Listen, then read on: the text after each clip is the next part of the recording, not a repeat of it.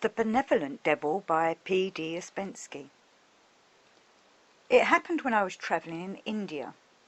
One morning I found myself in Ellora, where the famous cave temples are. You have no doubt read or heard about this place. The mountain range runs from Dul-Latabad and is cut by sharp ridges and deep valleys enclosing the ruins of dead towns. It ends in a sheer rock ledge, horseshoe-shaped and several miles long. Stretching up from the ravine is a concave wall pitted with holes like huge swallows' nests. These are the openings of the cave temples. The whole rock face is pierced with temples penetrating deep into the earth. There are 58 temples here.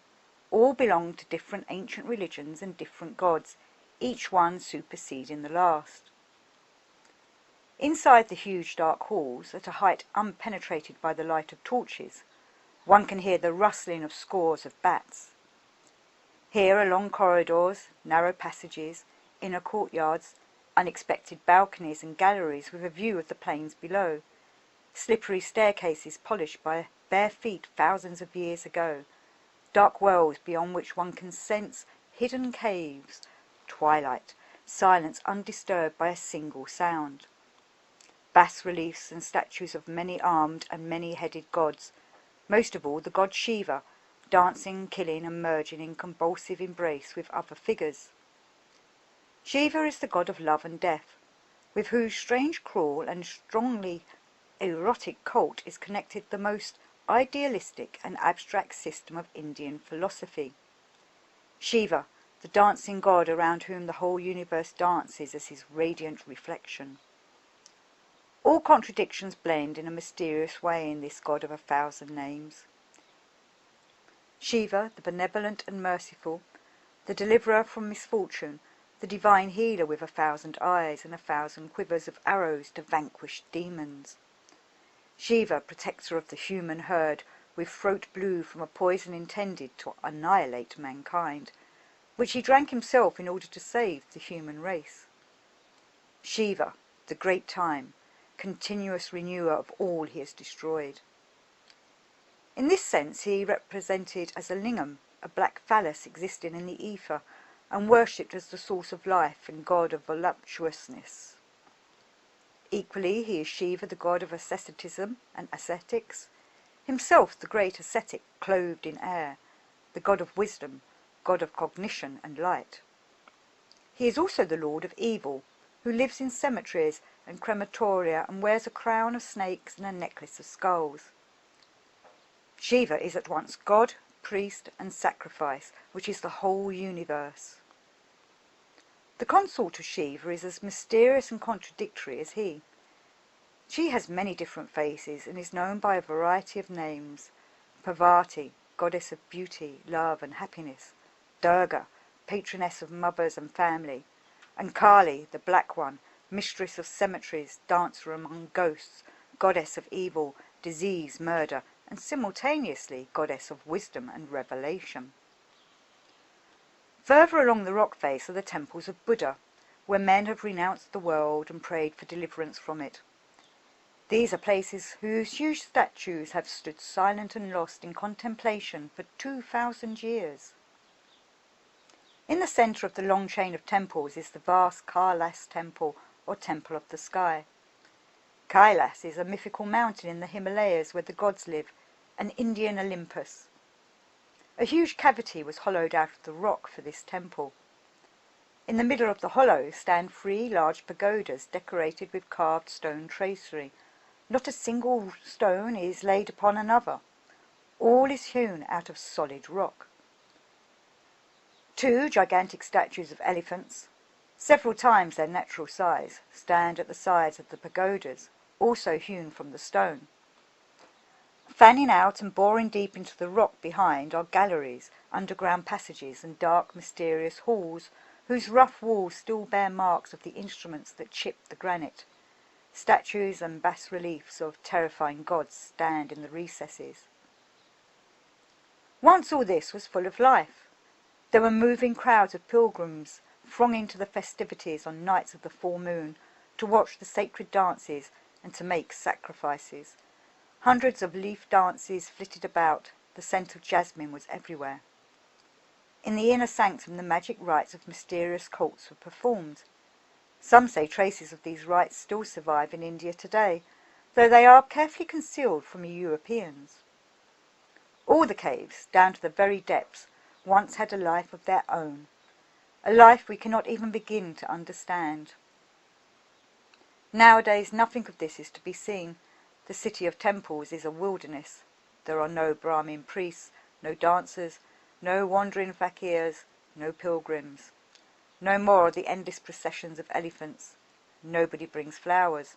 No one lights the fires. As far as the eye can see, there is not a single village or a sign of life across the plains below. Only in 2 or 3 hamlets hidden in the trees live a few watchmen who act as guides. The caves and the temples appear as in a dream.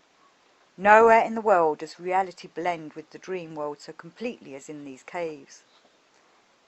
Everyone entering them shares the vague recollection of walking in a dream through dark corridors and narrow passages like these, of climbing, terrified of falling, up steep and slippery steps, of bending down and putting a hand out to feel the uneven walls and floor, of passing through narrow slanting galleries and emerging on the slope of the rock, where far down below stretches the misty plain.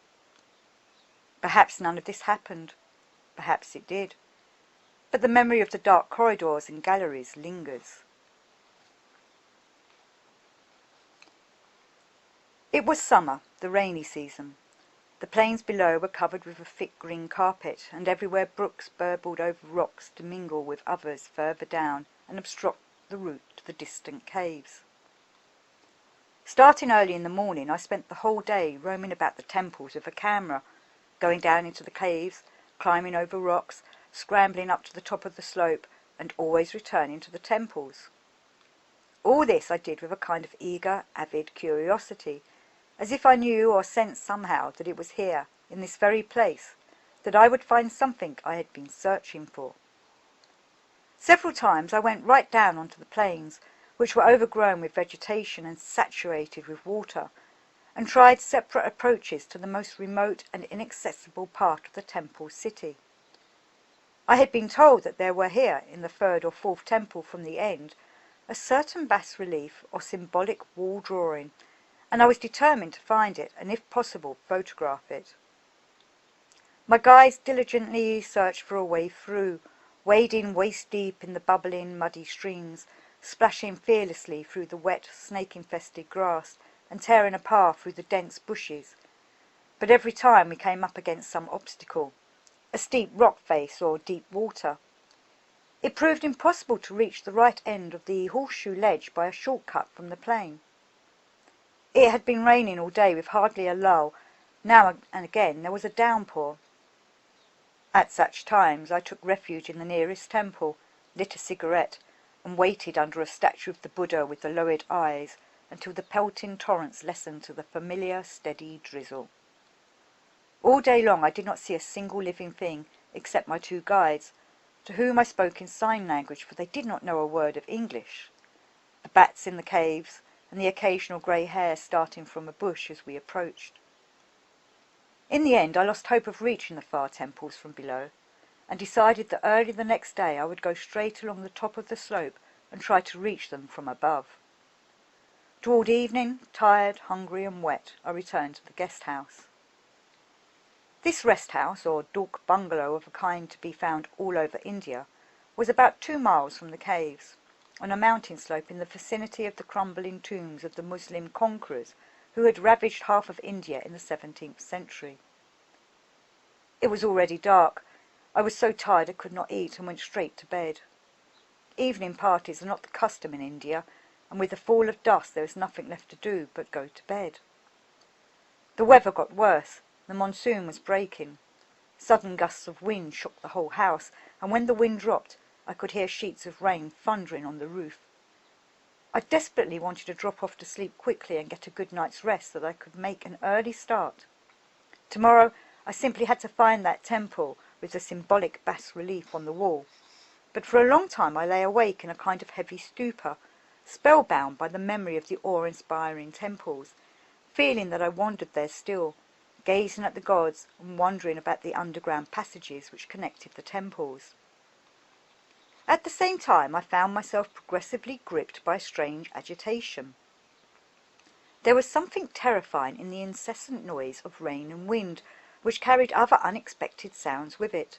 The rattle of a train, although the railway was more than 20 miles away, or people's voices and the clatter of hoofs on stones, then tramping, the measured steps of soldiers marching and the drone of singing, seeming sometimes nearer, sometimes further away, but never for a moment ceasing. Weariness took its toll on my nerves. I began to feel that something uncanny and hostile was surrounding me in this dark bungalow. Somebody was watching me. Somebody was stealthily approaching the small house. I knew that I was completely alone in it, that the doors were inadequately locked, and that the watchmen slept in their own hut at the other end of a large clearing. This feeling of unease increased steadily and would not allow me to fall asleep. I began to be irritated, with myself, with the monsoon, with India, and with everything around. At the same time I was becoming more and more gripped by fear, as if I'd come to a place of no return, where dangers loomed from all sides, and something threatened from every corner. I found myself deciding that I would go no further the following day, but travel back to Dortelbad first thing in the morning. At this point it seemed that my consciousness began to fade, and rows of images, pictures and faces began to file before my eyes. Suddenly something banged violently on the veranda a room away from me. At once all sleep was gone. The now familiar terror and the dread of some hostile and unpleasant presence gripped me with renewed force. I jumped out of bed, took my revolver out of my suitcase, loaded it and put it on the table by my bed. For a time it seemed that everything was calming down, and I dozed off. I woke up with a jolt and sat bolt upright. Someone was knocking on my door, not with the usual light tapping, but gripping the handle of the door with both hands, furiously pulling and banging at it. Slowly, as if afraid to reveal that I was awake, I stretched out my hand and fumbled for my revolver. Not until I had found it and aimed it at the door did a singularly calm and sober-minded voice tell me that it was only the wind knocking. Somewhat ashamed of my actions, I put the revolver back and returned to bed. The knocking ceased, but 2 rooms away from me a door banged loudly shut, as if, despairing of making himself heard by me, somebody had gone out onto the veranda and slammed the door. The house for visitors consisted of 4 rooms, 2 of which faced a big veranda. All the rooms were linked by doors. In my room were 4 doors, 2 opening into the adjoining rooms and 2 leading outside. For a while everything was silent, except for the pouring rain. Then came again the loud banging of a door, and in the next room a window frame rattled as though a fist struck it. After several moments of silence, somebody or something must have crept stealthily up and gripped the handle of my door again, for it suddenly rattled furiously. I could stand it no longer. I leaped out of bed, rushed to the door and flung it open. Beyond was darkness, and on the left, a room away, a door banged. I returned to my room, lit a candle, and inspected the doors and windows. They were all cracked with the heat of the dry weather and the bolts broken and useless. So long as I walked through the house with the candle, all was quiet, and the doors seemed shut tight. But as soon as I returned, lay down and put out the light, a door in the farthest room banged and the windows rattled. I recalled that I had not found any banging door and began to wonder. My anxiety and alarm increased as I realized that sleep had gone completely, and that I would probably have to suffer this torment for the rest of the night. It was so absurd not to be able to fall asleep after such a day. I had not slept the night before because I had had to change trains in the middle of the night. Early in the morning I had arrived in Dortelbad and dozed off for 2 hours in a guest house like the one I was in. Then, when the horses arrived, I had been jolted about for 3 hours in the wind and rain in a 2-wheeled tonga, pulled from hill to hill past fantastic ruins of fortresses and towns, and afterwards I had roamed among the caves from noon until dusk. And now these accursed doors and this unaccountable, nameless fear drove away my sleep. Doing without sleep in India is doubly wearying, as the resulting exhaustion is harder to shake off than in other places. A trace of it will remain in the shape of apathy, indifference, irritability, and a complete absence of interest in anything. All this I knew from experience. Now I began to worry that tomorrow I would not want to go anywhere and nothing would interest me, and this realization irritated me still more. Of all the problems of travelling, the most trying is lack of sleep. All the rest are bearable, but when sleep is impossible, one is overcome by a feeling of disintegration, and one's normal self is transformed into a tired, capricious, irritable, and listless creature. This I dreaded most of all. I call this immersion in matter. Everything becomes flat, ordinary, prosaic. The voice of the mysterious and miraculous, which is so strongly heard in India, falls silent and seems no more than a foolish invention. You notice only the discomforts, the ridiculous and unpleasant side of everything and everybody. The mirror loses its lustre and the world seems universally grey and flat. This was what tomorrow promised in place of the awesome and unexpected visions which had struck me with such force in the caves the day before. It seemed impossible to get back to sleep. At times the whole bungalow came to life as if it wanted to take off, and all the doors, windows and shutters clattered simultaneously. Gradually the feeling of terror and fear began to fade, probably from no more than exhaustion. Of course, under cover of this rattling and noise, anyone could have broken in. In the end, though, it was all the same to me. He who wants to, let him come in. I only want to sleep. Then began a painful struggle. I tried every trick I knew to get to sleep. I tried relaxing all my muscles, letting my mind go blank. I listened to my heartbeat and tried to abandon myself to the rhythmic rocking of the waves which were running through my body. With closed eyes I attempted to penetrate the darkness and mark a central point into which I tried to sink by thinking of nothing. I succeeded in doing it more easily than usual. I did not have any intrusive thoughts, and I went to sleep without difficulty. But as soon as my consciousness began to fade and dreams to appear, somebody started tearing at my door and banging on the veranda again. This noise penetrated my sleep and dragged me back. For a while, during the brief moments of quiet between the paroxysms of rattling, I must have dropped off, only to wake up, concentrate again, and once more sink into sleep. Then I remember wanting to get up one more time to try to fasten the shutters on the veranda. The fear seemed to have gone completely now. I thought how good it would be suddenly to find myself in the caves at night. Again the doors rattled and somebody paced the veranda. But nothing mattered to me any more. Pictures drifted into my mind. Somebody was speaking right by my ear. Now I saw that I was walking along the edge of the precipice above the temples of Kailas. Pagodas of stone, 3 in a row, stood below. I looked down and then, thrusting slightly with my feet, I left the edge of the rock and began calmly and smoothly to fly over the pagodas.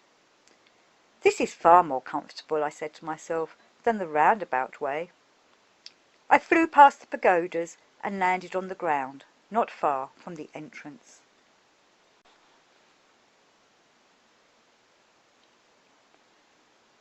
I sat on the steps of the first pagoda, near the stone elephant with the broken-off trunk, and waited for somebody. How strange, how could I forget? Of course I was waiting for the devil. Last time I saw him, we agreed to meet just here in the temple of Kailas. That was why I had come, although I had forgotten this on my way here. The devil came out from behind the elephant, wrapped in his black cloak, looking as if his presence was nothing out of the ordinary. He sat down on the pedestal of the elephant and leaned against one of the front legs. "Well then, here I am," he said. "Now we can continue our talk." As soon as he had said this, I remembered that he had promised to tell me in detail about devils, about their life and their role in human affairs. How could I have forgotten? Eagerly I prepared to listen. Meetings with the devils and talks with him always showed things in a new and unexpected light, even things I thought I knew all about. "I will repeat what I have said before," said the devil. "You are interested in the nature of the satanic world and our relations with you humans. I told you at the time that you do not understand us and paint a completely false picture of the relationship. People make a great mistake when they think we can cause them harm and evil. This is quite untrue. We are very distressed that people do not understand what we do for them.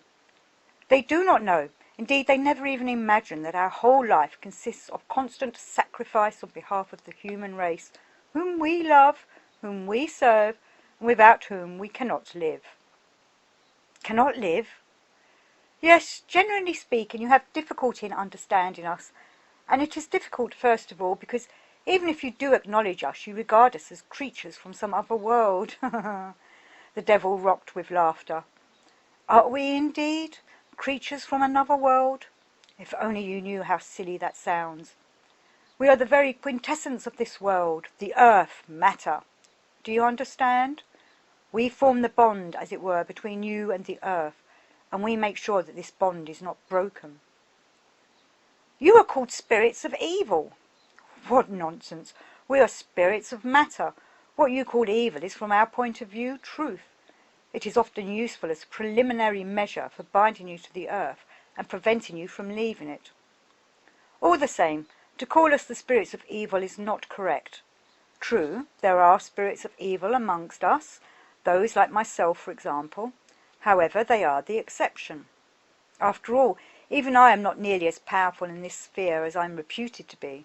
I do not produce evil, I only, so to speak, collect it. I am not a professional, only an amateur, a collector. There you are. Very probably my inclinations are somewhat perverted. I'm extremely fond of observing the way people perform their nasty deeds, especially if they use fine words at the same time. Unfortunately, it is very seldom that I can help them. You can see from what I told you last time that I am completely powerless in the most interesting cases. More often than not, you people have very peculiar ways. Therefore, I repeat, I am an exception. A large majority of our fraternity is thoroughly attached to people. But you do not understand what we are doing for you. Were it not for us, you would have been lost without a trace long ago. What would have happened to us without you? You would have vanished, been completely annihilated and dissolved in the cosmic ether, said the devil, just as you disappear when various foolish fantasies occur to you. He paused, such as that known as transferring consciousness into the other world. You must remember from our former talks that I have not the faintest belief in other worlds. I consider them to be figments of the imagination. Consequently, I cannot give you any information about them. I know only these regions with which I have immediate contact, and for those with which I have no contact, I do not admit existence. Do you understand? It means that people who go away from Earth or lose contact with it are annihilated. They cease to exist anywhere at any time, so we pity you. What a shame you are so stupid, so susceptible to fantasies which bring ruin upon you. We try to do our best to keep you on Earth. Had we not cared for you, you would have ceased to exist here long ago. As to where you would be, how should I know? To my way of thinking, nowhere, because to me there is nothing besides this world. We alone, and only we, keep you on this beautiful earth, give you the chance of admiring the sunset or the rising moon, listening to nightingales, loving, experiencing joy. Without us, nothing would have been left of you. But wait, I said, you just said yourself that you do not know where we would have been without you. Perhaps we might not have disappeared entirely, might not have annihilated ourselves, might not have ceased to exist anywhere, any time, as you said. Maybe, on the contrary, we might have started a new and far more pleasant life somewhere you did not exist. You know, of course, that such a theory exists. That's all a lot of nonsense. First of all, where is this somewhere? Where is it? On the right? On the left? In the east? In the west? It is a myth. And secondly, how are you going to enjoy something outside matter? All your pleasures are material, your bodies are matter, and without a material body you cannot experience sensation of any kind. He who is without sensations has no existence. Finally, even if you did enjoy yourselves there without us, what satisfaction is this for us? What concern then would your pleasures be to us? I am telling you, we love you. Well, think for yourself. Imagine a woman loves a man and you try to convince her that he would be far better off where she can never see him again. How do you think she will answer you? Do you think she will agree to let him go? Nothing in the world would persuade her, if she is a real, live woman. She will say, even if it is not quite perfect for him here, he's got me here, and I will not let him go. Isn't that true? And she will be right. You people are a funny lot. You understand perfectly, but still you ask us to do the impossible. Listen, is it really possible to believe in all these ravings about some world beyond? We know very well what happens to a human being when he dies, and we know perfectly well that he has in him nothing other than what has been put in by outside impressions. I acknowledge only one beginning of the universe, by which a visible, audible, and tangible world was created. Outside this world there is nothing. Of course there may be rays and vibrations as yet undiscovered, but that is something quite different. Sooner or later they will be discovered and will merely strengthen people's belief that everything is material. Ah, how you love fairy tales, and how we have to fight against them. In fact, it is quite easy to understand how these tales arise. People do not want to die. The thought of death frightens them. They are frightened that they will never see the sun again. In fact, frightened of the word never. So they invent various consolations for themselves. Paramount in their minds is the desire that something should remain after death. But we do not deceive ourselves. We have no need. We do not depend on time, and we live as long as matter exists, and the kingdom of matter is eternal. The devil sprang to his feet, jumped high in the air, somersaulted, and landed on the elephant's head in a blaze of purple flame, shouting, "The kingdom of matter is eternal." Eternal, eternal, echoed the vaults of the inner halls, and the bats, rising in swarms, formed a strange black design above his head. "Stop these acrobatics," I said. "Maybe they impress some people, but I am much more interested in what you say. It seems that we have indeed been gravely mistaken about you." The devil jumped down and assumed the same pose as before beside the feet of the elephant. "You are mistaken from beginning to end," he said, "as much about us as about yourselves. Your first error, as I've already said, consists in taking us for creatures of another world. No other world exists, none whatsoever. At all events, we do not believe in it. Our nature actually dictates that we do not know and cannot know anything except the earth. I am astonished that you fail to understand this, but as I have already begun to speak plainly with you, I will tell you that the legend about the other world has, to a considerable extent, been created by us." "I do not understand," said I. "You see, people often indulge in strange fantasies. Among other things, these often prevent people from living and from occupying themselves with their own affairs.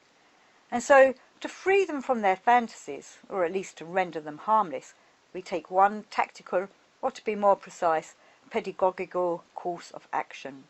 Namely, parallel with the harmful and distracting fantasies, we create others resembling them, but harmless. Take those fantasies about the unreality of this world, the world beyond, everlasting life, eternity. In all that, there is something weakening, depriving people of the perseverance indispensable for life. You can see how the person who comes to believe in everlasting life begins to regard the present one with some contempt. He begins to place little value on the good things of life, is not so willing to fight for them, very often does not even wish to retrieve what is taken away from him. Just think what can come of such a situation.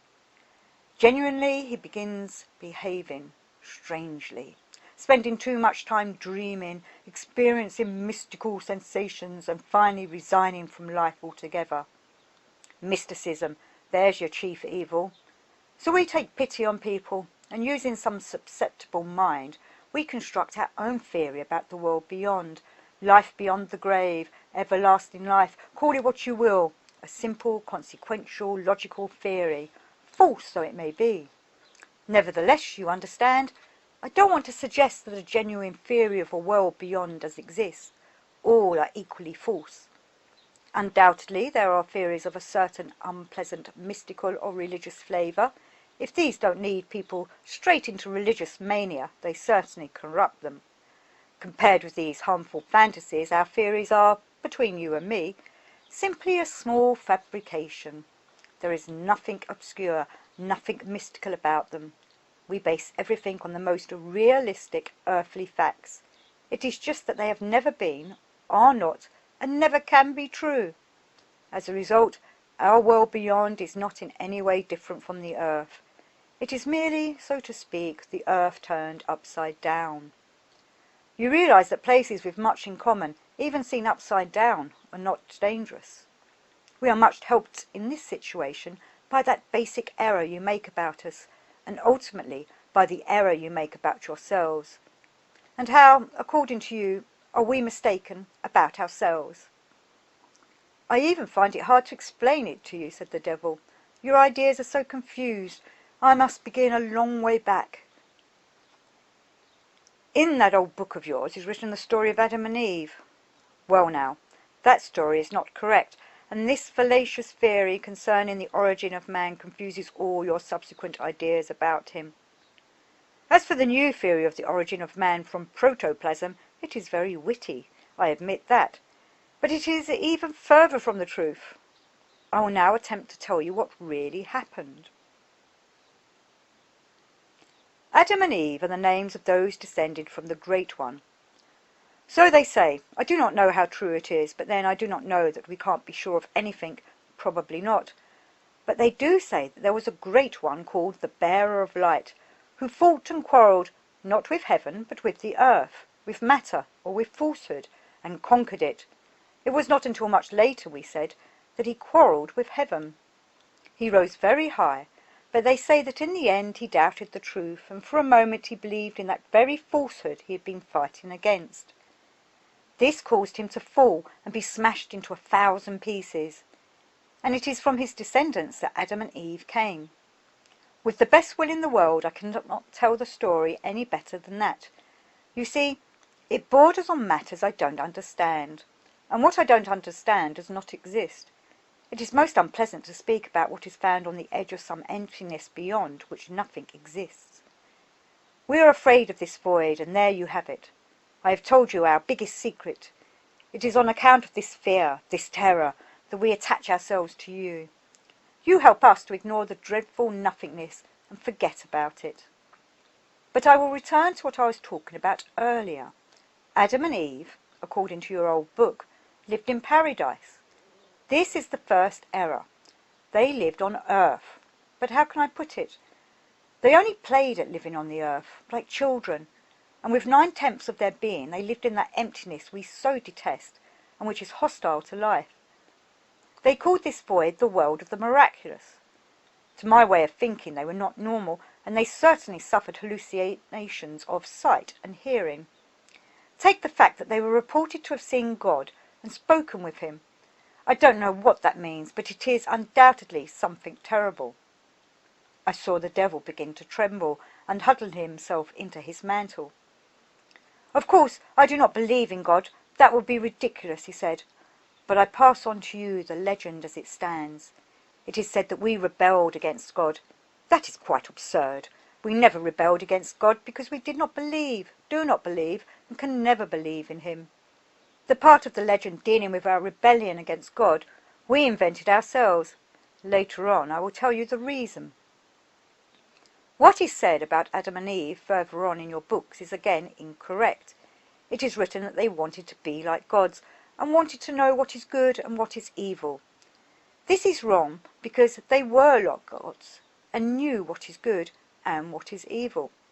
To us this was most unpleasant and frightening. The devil became silent as if he found it difficult to speak. They were as if stronger than we, he continued. Of course, all this was fantasy, but we were for them on the level of animals. They could see us only as animals, and they also gave us names corresponding to our qualities. The devil pronounced the last words very unwillingly. I must also tell you, he continued, that they were not alone on earth. The earth was inhabited by another race of people, the descendants of animals, but nothing is said in your book about this other race. They were completely in our power and could never get away from us. But we wanted, above all, to subordinate Adam and Eve. Their presence embarrassed us. We could not be sure of anything with them there. You see, They gave the impression that at any moment they could make the whole world disappear. They said that nothing existed and everything was merely a dream, and that it was possible to wake up and find everything gone. The devil lost his usual casual tone and seemed afraid to speak. Looking at him at that moment, I realized that the basis of his nature was fear. "These are words that are hard to utter," he said, looking at me like a beaten dog. "Still, now I have started, I'd better continue." Thus the struggle started. The problem was to rid these two of their fantasies, to convince them that the world does exist, that life is not a game but a very serious, even difficult and troublesome thing, and that notions of good and evil are ultimately only relative and impermanent.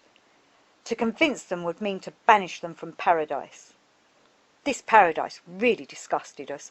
Perpetual talks about God, eternal love, and kisses. We could not take it at all. Why did it irritate you so? Of course you wouldn't understand. They said that love was their main strength and a powerful magic, that through love they would resurrect the Great One and thus restore the lost world. I don't understand it at all.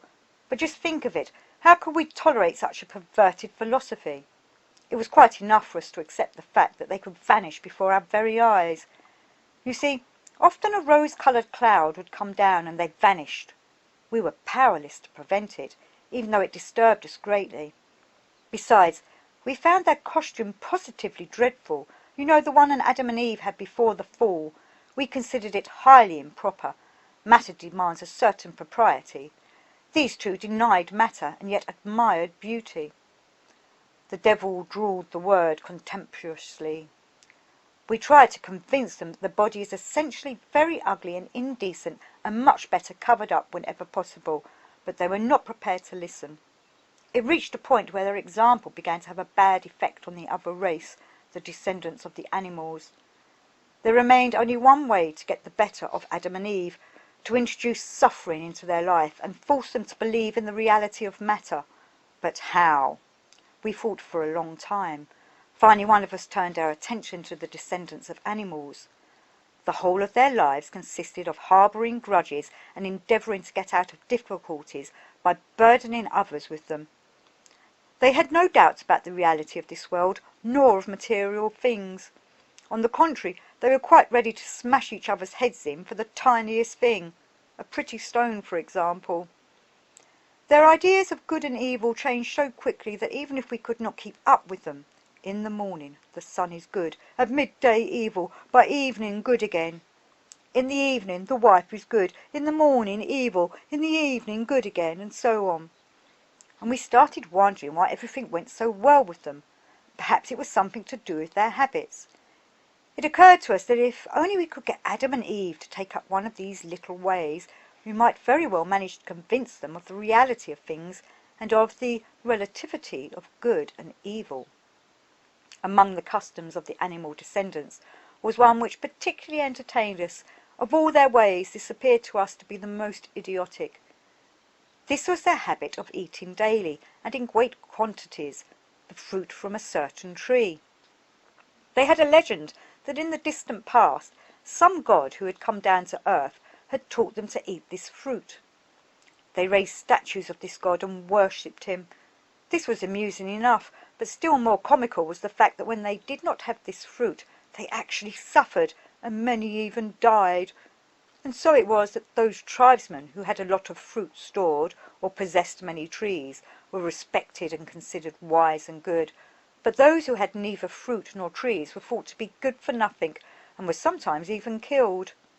We came to the conclusion that if we could get Adam and Eve to eat this fruit, we might succeed in making common sense intelligible to them. So one of our number went to Eve and offered her one of those fruits to taste.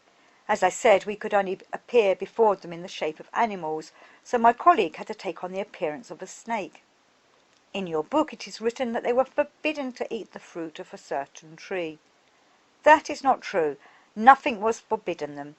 There was, however, much they did not understand. They found great pleasure simply in looking at this fruit of which the descendants of the animals ate so greedily. When the snake brought Eve some of the fruit and explained that it was edible, Eve ate it and gave some to Adam. He too ate it, and they both began to enjoy this new attraction. From that day on, the snake brought the fruit regularly. They ate it in the morning, at midday, and in the evening. Then the snake told them where to find the fruit growing in abundance, and taught them to gather it for themselves. This new pastime they enjoyed also. I cannot tell you that they had never eaten before this, but it is certain that earlier on everything had been different. They described a special meaning to everything, and they had felt magic in all things. Now at last there was no magic at all in anything. They ate just as the descendants of the animals did, for pleasure or in order to pass the time, and we watched them and waited to see where it would lead. The results were not slow in coming. One day Eve noticed that she was putting on weight, and this greatly distressed her. Then she began to see strange things about Adam's conduct. Undeniably his love was rapidly weakening. Once he yawned in the heat of passionate kisses, a thing that had never happened before. Then he fell asleep when Eve was not ready for sleep and wanted him to tell her about the stars. After that, Eve was sure that Adam's character was changing for the worst. She noticed it especially when he was hungry for the fruit. At such times he became irritable, nagging, and altogether insufferable. In the mornings, instead of his usual kisses and caresses, he had a passionate desire for the fruit, and until he had had his fill he did not even glance at Eve. Eve was very offended by this, and even though she submitted unwillingly to the new routine, she was at pains to prepare more of the fruit for Adam, so that he would be well fed and would not find fault with her. Observing it all, we were beside ourselves with delight. Adam and Eve began to take on a resemblance to ordinary people, that is, the descendants of the animals. Without being aware of it, Adam and Eve got into the habit of eating very much more fruit than was necessary, and in fact they soon began to suffer when they had no fruit, or when they thought the fruit was scarce. And whenever this happened they found it hard to talk about the unreality of things, because the reality of the fruit spoke for itself. Otherwise, why should they not satisfy their needs with imaginary fruit? But imaginary fruit certainly did not satisfy them. They needed the real, genuine fruit of the earth in exactly the same way as the descendants of the animals. This was the beginning of our victory. A small cause sometimes has huge effects, and it was enough for Adam and Eve in the case of the fruit to admit the reality of matter, for reality to seep into them from all directions. Adam and Eve soon realized that they lacked much that they needed. They would wish for things that were not there, and rage when they did not materialize. Discontentment with the world generally took hold of them. Suffering began increasingly to enter their lives.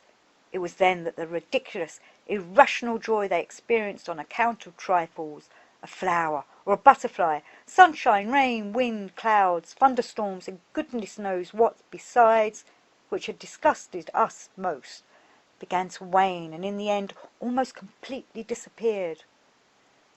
The sun now was burning them, the rain drenched them, the thunderstorms frightened them, the wind made them feel cold, and so on. At the same time, the hallucinations they suffered came less often. What they called the world of the miraculous gradually faded and vanished from their view. We were very glad, because although it is certain that no such miraculous world exists, these hallucinations frightened us. In general, everything that they called magic ceased, and they lost the ability to disappear from us at will. However, even all this was only the beginning. Things became serious from the time they started to quarrel. You see, when this foolish magic business ceased, their life became boring, though it was long before they became aware of this.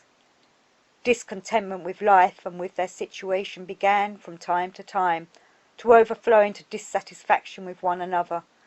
Misunderstandings arose, and finally, one fine day, they had their first quarrel. This came about exactly as it usually does. Eve teased Adam about the amount of fruit he had eaten that morning. More than likely her joke did reveal certain hidden resentments against Adam. Maybe it was not the first time she had teased him like that. In any case, it annoyed Adam, for he felt the ache of hunger for the fruit in his stomach, and he was very disgruntled with himself. He answered Eve sharply. Eve was offended, and replied loudly that she could not tolerate such a tone of voice, nor such treatment. They began to argue, and within 2 minutes the quarrel was in full swing. "You never listen to me properly. You always reply to the first half of a sentence," Adam said, very nearly shouting. "Let me speak." "You don't speak. You yell. I don't want to listen to you at all while you're in this mood," said Eve, greatly irritated. "Listen to me. You're interrupting me again. I say, yes, I'm interrupting you, and I will go on interrupting you because I don't want to listen." And so on in similar vein. They stood face to face and stared at each other with outright hatred. It was then that they first noticed they were naked. This seemed terribly wicked and shameful, especially to Eve. She ran off into the wood and made clothes for herself out of leaves. Adam, to show her that he was offended as well, made himself clothes too. They did not speak to each other for a whole day following this incident. After that, everything went as if rehearsed. They began to quarrel nearly every day, and soon they were arguing several times a day. No matter what Adam wanted, Eve unfailingly desired the opposite. She contradicted whatever he said, more often than not adding several very caustic remarks. They started disagreeing and ended up shouting and quarrelling. Eve discovered a great many shortcomings in Adam. When he spoke to her, having entirely forgotten the previous day's quarrel, Eve, to him, totally irrationally, would tell him exactly what she thought of him. At first, on such occasions, Adam would listen patiently without answering back. He simply sat and ate the fruit which Eve, in spite of everything, still prepared for him. Later on, however, some really uncalled-for remark would provoke him, and he would start to object.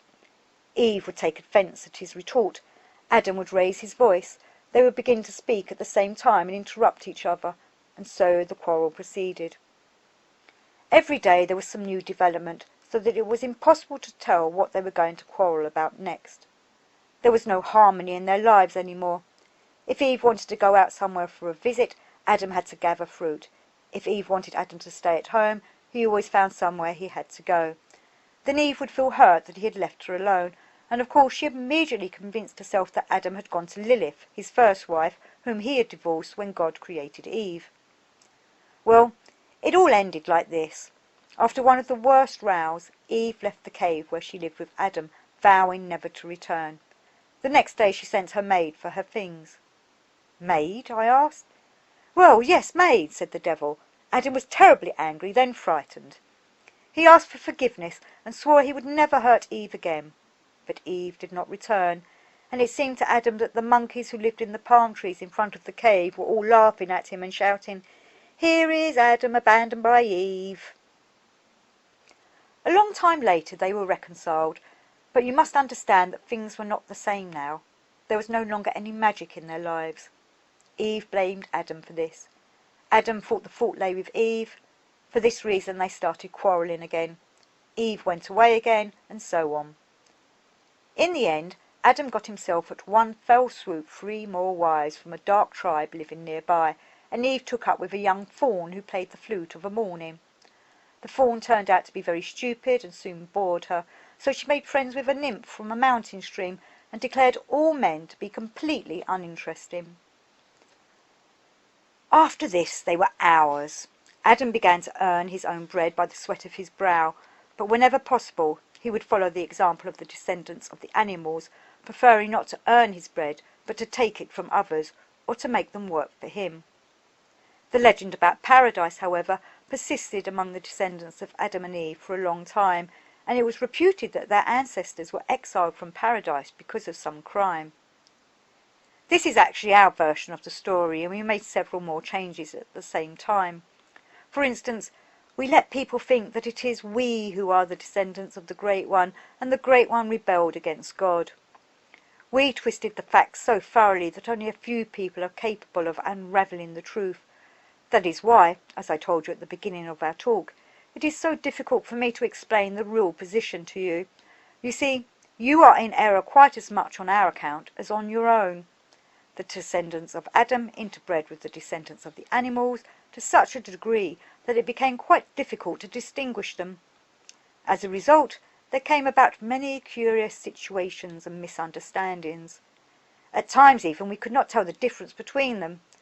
For instance, many of us would buy souls of the descendants of Adam, only to find that they had no souls.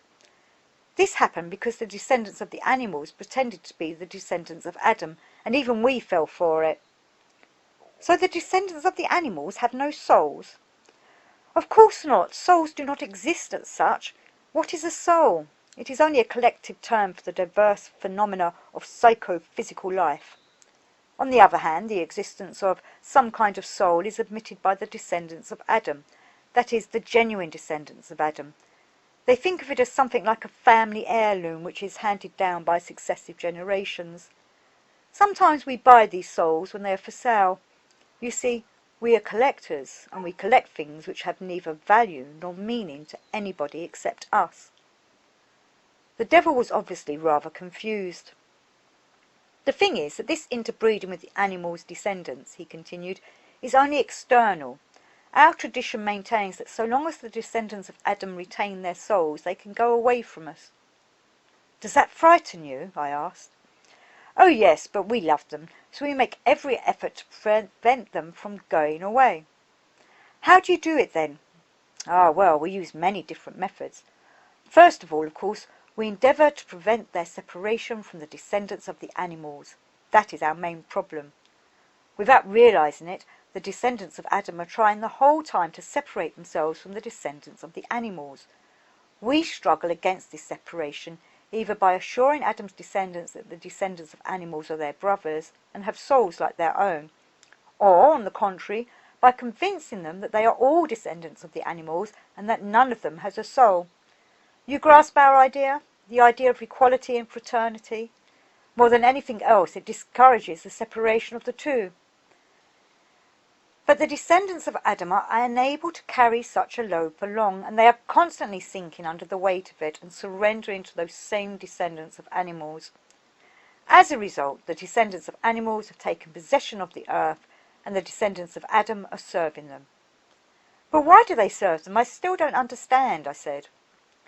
Because the descendants of the animals are unable to manage without the descendants of Adam, said the devil.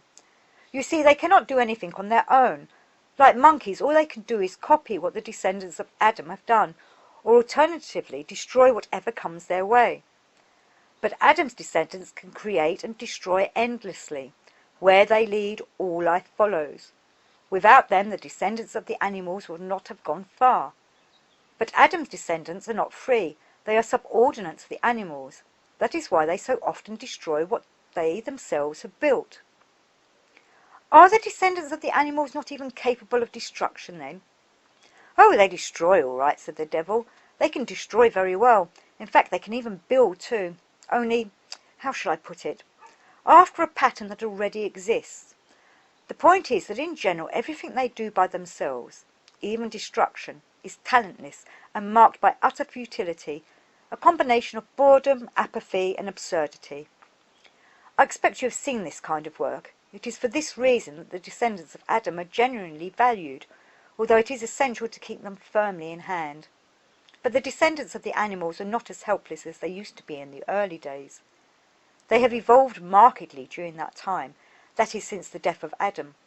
Take a look at the whole of contemporary culture, techniques of engineering, industry, and commerce. During the same period, Adam's descendants have remained virtually on the same level as before. You understand, for descendants of Adam, evolution does not exist. They have everything, only they do not know it, and they consider themselves to be something quite different from what they are. Yet when they come across something they have in fact forgotten about, that very thing they regard in the light of evolution. But this deception, which applies to everything they encounter, lies entirely in their own minds. To continue, the descendants of Adam have a great many prejudices, and a kind of atavism which prevents them from living for the present. The descendants of animals do not have any trace of this atavism. For instance, basically the descendants of Adam place no value on things and attach little significance to material wealth.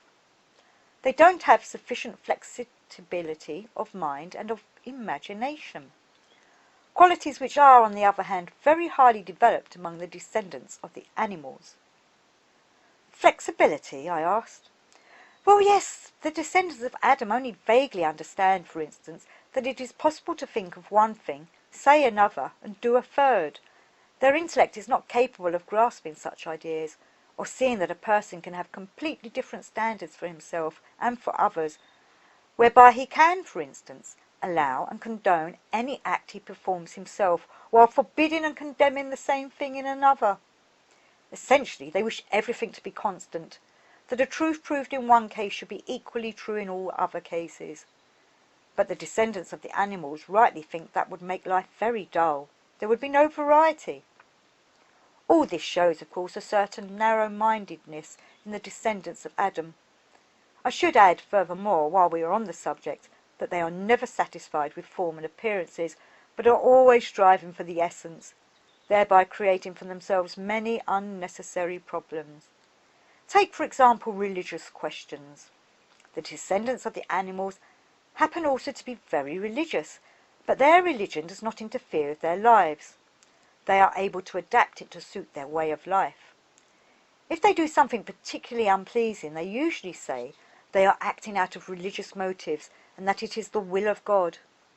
When the descendants of animals pray, they always ask God to give them something, mainly things belonging to their neighbours which they covet. If they meet a person who does not pray as they do, but in quite a different manner, they think it is not unworthy of praise to give him a kick in the teeth. This tendency has had many interesting consequences and has contributed much to the livening up of history. Adam's descendants do not understand any of this. They do not know how to separate religion from life and draw, as it were, two parallel lines. The descendants of animals understand perfectly that life is a raw deal and that sentiment has no place in it. They understand that in life, might is right, and they act accordingly. The descendants of animals always imagine that somebody wants to take away from them what they consider to be their property. 9/10 of their time, or sometimes all 10/10, is occupied with thoughts of how to keep intact what belongs to them and how to acquire the belongings of their fellow men. Adam's descendants always give way to them in this respect as in many others, and besides many of them adhere to the fantasies of old, for you see they still retain dim memories of life before the fall. You still consider these fantasies to be a danger then? I asked. They are not dangerous, said the devil, but all the same we think it advisable to be forewarned and take precautions. But what precautions can you take? I don't understand. There are various ways, said the devil. I will tell you about two particularly amusing cases. There was once a hermit who studied various ways of interpreting the world, religious teachings, doctrines, both secret and well-known, and such writings as were available at that time. Among these he found a number of misrepresentations, deliberate as well as unintentional. He expounded his investigations in a tome which he intended to have printed. I came to him in the guise of a hermit and said, "You are writing a book?" "Yes," he said. "You want to tell people the truth, the whole truth, without any concealment, as you understand it?" "Yes," he said, "I believe that to be the best way. The truth has been hidden from the people for far too long." "I see your point," said I. "I endorse your opinion, sympathise with your point of view, and find it exceptionally noble and valuable. For all that, I should not print your book." "Why?" he asked at a loss. "Because, my dear and kind friend, you still do not understand the emotion which has been your guiding principle." "What kind of emotion would that be?" he asked. "What kind? I will tell you. It is egoism. Egoism and striving for self-assertion. Selfishness." He was staggered. "Egoism," he said, "but I never considered myself." "You did not consider yourself," I said sarcastically. "And whom did you think you were considering? Was it others that you were thinking of then? Did you give thought to the fact that your book will destroy their beliefs, will deprive them of hope and consolation? No, you have not thought about that, but according to you, that is not egoism. No, my esteemed friend, it is a common native intelligence speaking in you. You wanted to show people your truth. Where is your love of others in that? Where the morale? Where the sense of duty? Where the striving to help people, to alleviate the burdens of their life? You have found your truth for yourself. Keep it to yourself then. Do not rob people of their truth. Light your own fire. Do not put out someone else's. And so forth and so on. Would you believe it, this nonsense impressed him deeply. What should I do? He asked. Do not think only of yourself, I said, and I gave him plenty of useful advice. As a result, the work of the hermit became a collection of lies. His book was later quoted as proof of those very theories he wanted to disprove. The other case was even more amusing. A large crowd of people once joined together and decided to fight against evil. It was a very naive suggestion, for people have been fighting evil from the beginning of time. As a result of this opposition, evil is growing and flourishing, so at first we paid no attention to them. But later on, matters proved worse than we had thought. A dangerous idea had occurred to these people. There is no need for active opposition, they said. Active resistance strengthens evil. We will do our utmost only to make people understand what is good and what is evil. Let us explain to them in every single case where evil is, of what the evil consists and whence it springs. You can imagine how this explanation of evil began to have results soon felt by all of us. Our fraternity became uneasy. I was entrusted with dealing with the problem. I put 2 plans into operation. First of all, I assembled the descendants of the animals. I tried to bring home to them the potential danger to society represented by the activity of these people who sought to fight against evil. I spoke many fine words on culture, civilization, the common good, the necessity for sacrifice, and so on. As a result, the struggle with evil was declared to be a crime which weakened and corrupted mankind. Afterwards, I went to the people who were struggling against evil and made an effort to win their confidence. Eventually, choosing an appropriate moment, I asked them, "Whom do you serve?" They were embarrassed. "You see, you yourselves do not know," I said. "You say that you are fighting evil, but can you possibly believe that evil would exist on earth unless God allowed it? As evil does exist on earth, obviously it must be part of the plan of the higher being. Can you really believe that the higher being could not cope with evil if he had to? You do not seem to understand that evil is a means of perfecting mankind. Suffering is very often the only way that one can come to understand higher spiritual truths, and you want to struggle against it. Can't you understand that you're fighting against the plan of the higher being, against the evolution of mankind? Besides, all evil is relative. Something that is evil at one level of evolution can be good at an earlier stage because it provides the essential stimulus for development. But you want to judge everything by your own standards. You have reached a comparatively high level, and so you see what you fight against as evil. Just think of the others, those who are at an earlier stage of development. Do not bar them from the path towards progression and evolution. If only you could have seen the effect it had on them. Deep in thought they dispersed, and soon every one of them had written a book in which each in his own way proved the inevitability and necessity of evil. These books were a great success. Gradually the struggle against evil turned into the justification of evil. Even the authors did not notice what was happening. It was exceptionally easy to do, because the justification of evil was by then far from being a crime. It was, on the contrary, considered to be honourable and deserving of every encouragement. Eventually it reached a point where there was literally no evil which those who had been fighting evil were not prepared to justify. These 2 cases were among the more difficult ones. I found it much easier to cope with the others. Sometimes when I noticed the appearance of unhealthy fantasies, I told people that they were a secret which had to be kept from the uninitiated.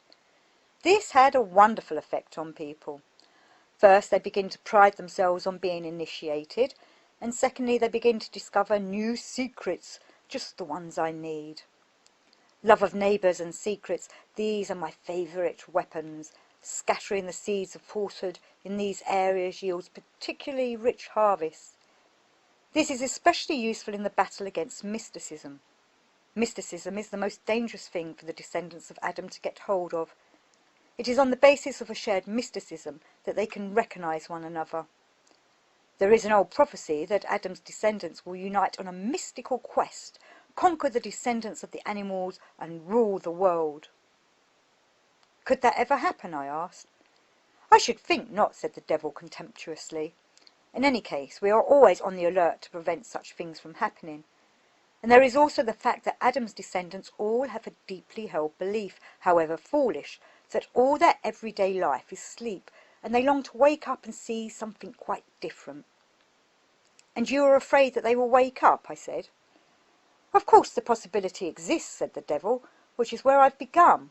I've already told you how much work and self-sacrifice is demanded of us just to keep you on earth." "I cannot see any self-sacrifice," I said. "No, you can't see it. Of course you can't see it, because I have not shown you anything yet.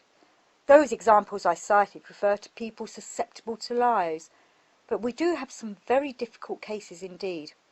In fact, to tell you the truth, the most reliable solution is the very one we used for Adam. Only now this method demands much more work and self-sacrifice. It was easy enough for the serpent to bring Eve the fruit. Now we need quite different guises. Many of us have to give up our lives in order to keep some obstinate person on earth. And that is not all. Our main danger is that from time to time the descendants of Adam realize how numerous they are, and they begin to find ways of drawing closer to each other. That is the danger. As long as they live separately, we can cope with them in the same ways we did with Adam. But when they join together, when hotbeds of infection springs up all over the place, and when those breeding grounds begin to spread and connect up, it is then that we feel the danger, and we have to resort to other, more powerful means. I would like to show you a remarkable instance of self-sacrifice on our part. You people are not capable of anything like it."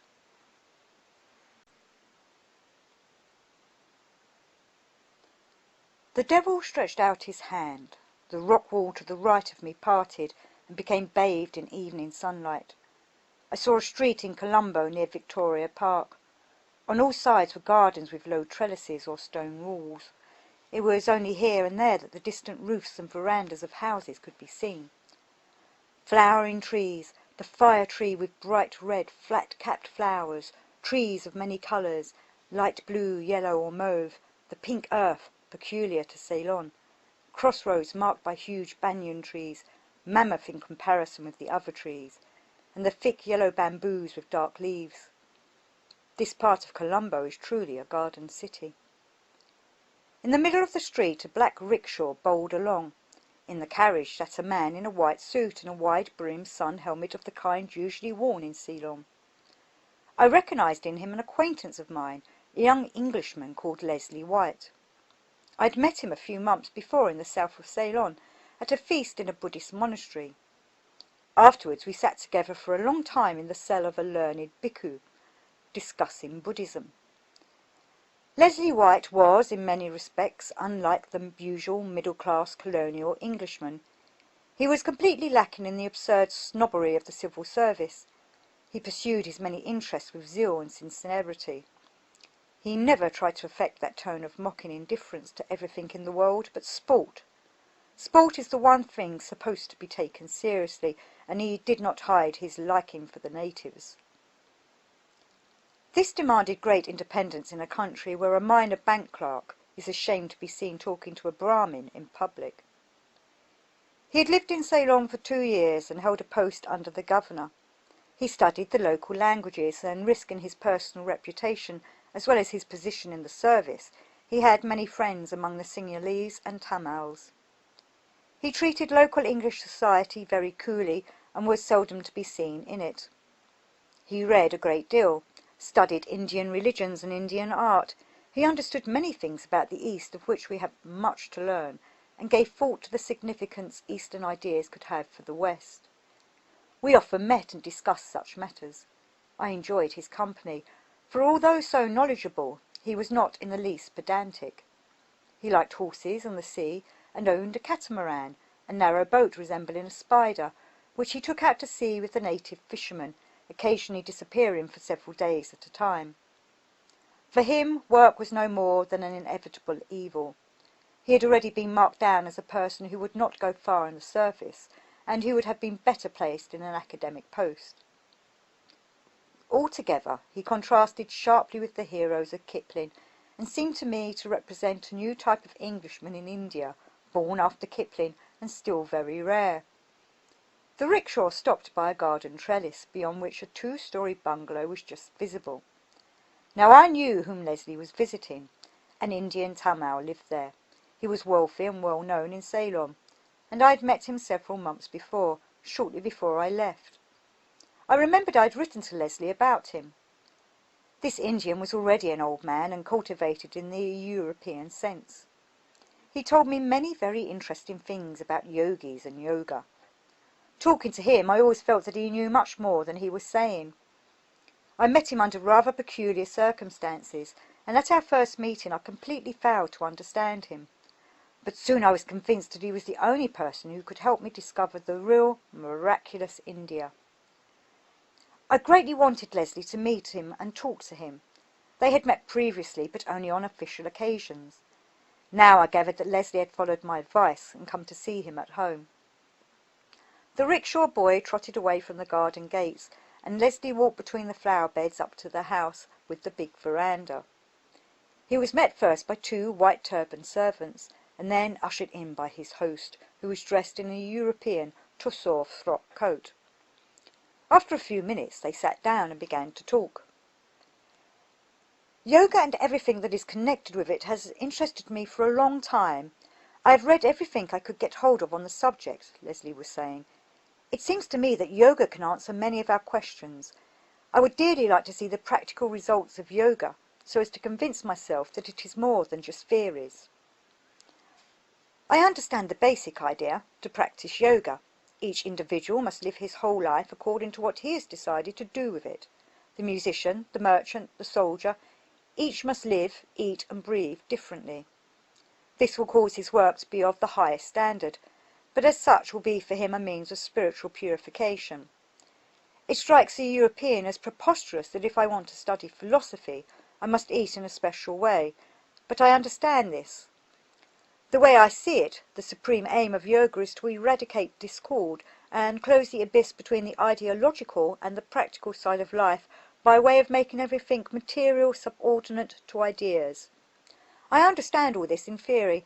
However, I want to know whether in fact yoga does give the miraculous results claimed from it. You understand the basic essence of yoga completely, the Indian replied. Yoga is precisely the harnessing of life in the yoke of ideas. You know that the word yoga has the same root as your word yoke. Yes, Leslie replied, I know that, and I find it interesting and of paramount importance that the East understands the need to unite all the trivial things of life with the highest ideological aspirations in such a way that nothing would remain isolated or superfluous. I understand that to a yogi every step and every breath is a prayer which draws him even nearer to the ideal. And here we find the main difference between the East and the West. We build our ideal separately from life, and life separately from the ideal. We accept petty, insignificant, vulgar, and often disgusting and brutal reality, but we console ourselves with the beauty of our ideals. You want every minute of your life to be imbued with the ideal and to serve it. I understand all this, but tell me, are there ever any real results achieved by yoga, or does it all come down to travellers' tales of India? Do you understand? I want to know whether all these miraculous happenings I've read about in books on yoga ever really took place. Clairvoyance, second sight, mind-reading, thought transference, knowledge of the future and the like. I often wake up at night. I suddenly felt that Leslie was speaking from the depths of his soul. And think, can it really be true that somewhere there are people who have achieved something miraculous? I know I would drop everything to follow such a person, but I must be sure that he has succeeded. You must understand me. I cannot believe in words any longer. Too often have we been deceived by words, and I cannot deceive myself any more. Nor do I want to. Tell me then, are there people who have attained something, and what is it they have attained? And could I attain the same, and how? Leslie fell silent, and I saw that the old Indian looked at him with a quiet and affectionate smile, as if he were a child. Yes, there are such people, he said slowly, and you can see them. If you come to me and tell me that this is what you want, you will see them. Only you must realize that this cannot happen all at once, in one day. If you really want to learn, I will tell you. Friend, come and live with me. Try to understand our thoughts. Try to learn to think in a new way, to learn from a teacher, it is necessary to understand him. That demands long preparation. Meanwhile, I will inquire about the whereabouts of a teacher of my acquaintance. We do not use the post or the telegraph. In 2 weeks' time a man is going to travel to India, to Puri. There in the temple he will ask where the teacher can be found, and perhaps he will find someone who knows and through whom he can let the teacher know that we would like to see him. Then, in the same way, through somebody else, the teacher will let us know when he will be coming here or where we should go to meet him. Sometimes he lives in the country, near a small village in the jungle or in the mountains. Sometimes you can find him in one of the big temples in Madras or somewhere else, but it is necessary to wait patiently. The pupil must stand at the door and wait until the teacher calls him. It could be tomorrow, it could be in a month's time, or it could be in a year. I saw that Leslie was listening intently, but also that he was not at all happy with what the Indian was saying. "And the teacher you're speaking of, has he attained those things I've read about in books?" The Indian smiled again. "What is it, according to you, he should attain? You yourself admit and agree that the aim of yoga is the subjection of life to an ideal. Isn't that an attainment in itself? If each minute of a person's life is subject to the search for higher meaning, is it not an attainment that the person is free of those inner contradictions of which your whole life is composed? Is it not attainment to have that inner peace, silence and calm, which reigns in the soul of a teacher? And since you speak of supernatural psychic forces, a teacher does possess them, although he does not attach any significance to them. It may be that he will see fit to show you his powers, but you cannot demand that he should. You cannot make it a condition. The teacher himself decides what you need, and you must trust him." I could see that there was a great conflict in Leslie's soul. He felt drawn towards his companion, and he liked him. He wanted to believe him, but at the same time his European mind could not agree with what the Indian was saying, and how he was saying it. "You say that you are prepared to leave everything," continued the old man, "but that is not necessary at all. On the contrary, it is very often more important to continue one's life as before, and to subject this life to your higher endeavour. Look at me. You know me. I occupy myself with politics and business, and live as a family man. I have not left anything. To retreat into a wilderness is often the easiest way, but you must not always do what is easiest. Sometimes it is necessary to take the more difficult path. Later on, the teacher will tell you what you need to do. I can tell you only one thing. Learn to think in a new way.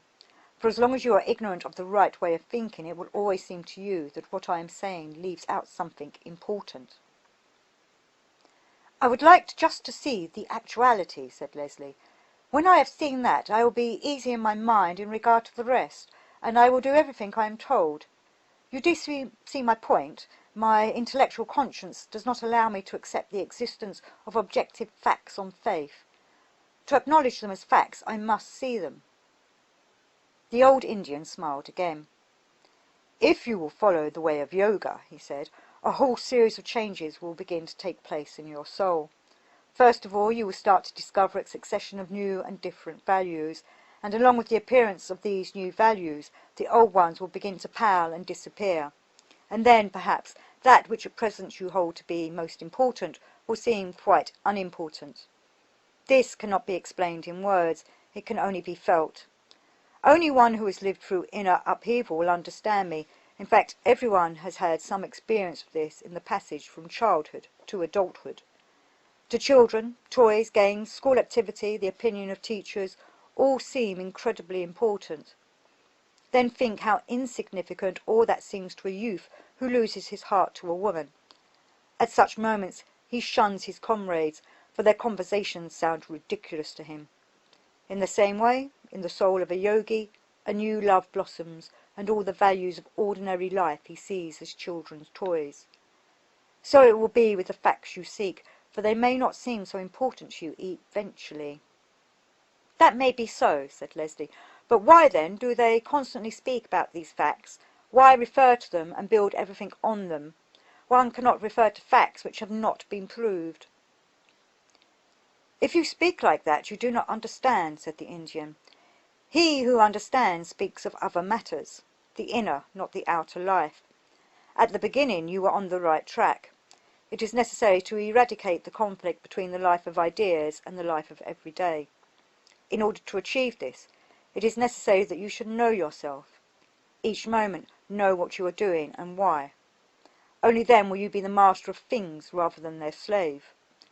Usually you carry out your wishes before you have given any thoughts as to whether or not they are necessary for your higher aims. Try to live in such a way that you keep a watch on your actions and do nothing that does not serve the higher purpose. Or, to put it another way, learn to do everything in such a way that whatever you do serves a higher purpose. It is possible to do that. If something is particularly difficult, look upon it as an exercise. Remember, everything which you do that is difficult, you do in order to subject yourself to the spirit. Then everything will become easier and everything will have meaning.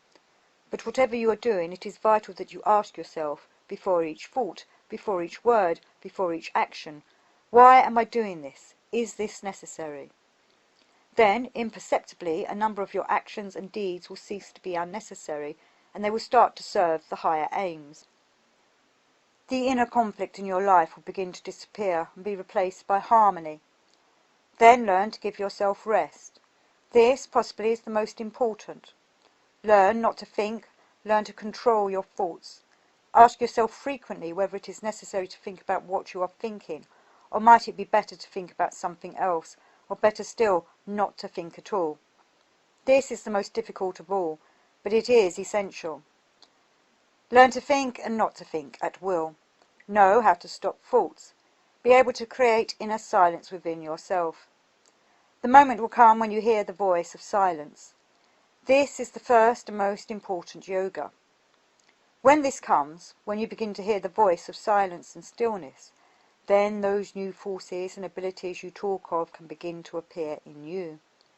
At first they will be vague and imprecise, but later they will become as obedient to your will as sight, hearing and touch. But everything should be accepted calmly, without hurry, without forced attention to inner progress. Attention can prevent the growth of new capacities. Then it is necessary to learn to see every object as a whole. Do you understand what this means? Normally you see only the parts of a thing, either only the beginning, without any continuation, and the end, or the middle, or the end. Always set yourself to see everything as a whole. To reach this viewpoint, start to think of everything in reverse. Do not take the beginning without the end, and then you will begin to see much more in things than you see at present. What is clairvoyance? We are now sitting on the veranda and we see a part of the garden. If you wish to see the whole garden, you must go up to the next floor. If you go higher still, you will see the whole town. A clairvoyant is a person who can see more than others. To see more, you must climb higher. That is the whole secret. "But what does it mean, climbing higher?" said Leslie. "I see that at some times it may be possible, at other times impossible, but in what sense is climbing used? In the sense of abstract meditation on objects or on other kinds of things? And what will the result be? Will it lead one to any kind of new powers? And once again the same question, is there someone who possesses these powers? I cannot believe that I will be the first." "You will not be the first," said the Indian. "However, in order eventually to achieve this, you must first of all realize how far from it you are at this moment. You are like a child who is crying because his father does not permit him to mount his spirited war-horse, does not put his own guns into his hands, nor his heavy, sharp sabre. The child must first grow up, then you will receive everything. And in any case, at present, he could not have made use of anything. He could lift neither sword nor gun, and the horse would throw him immediately.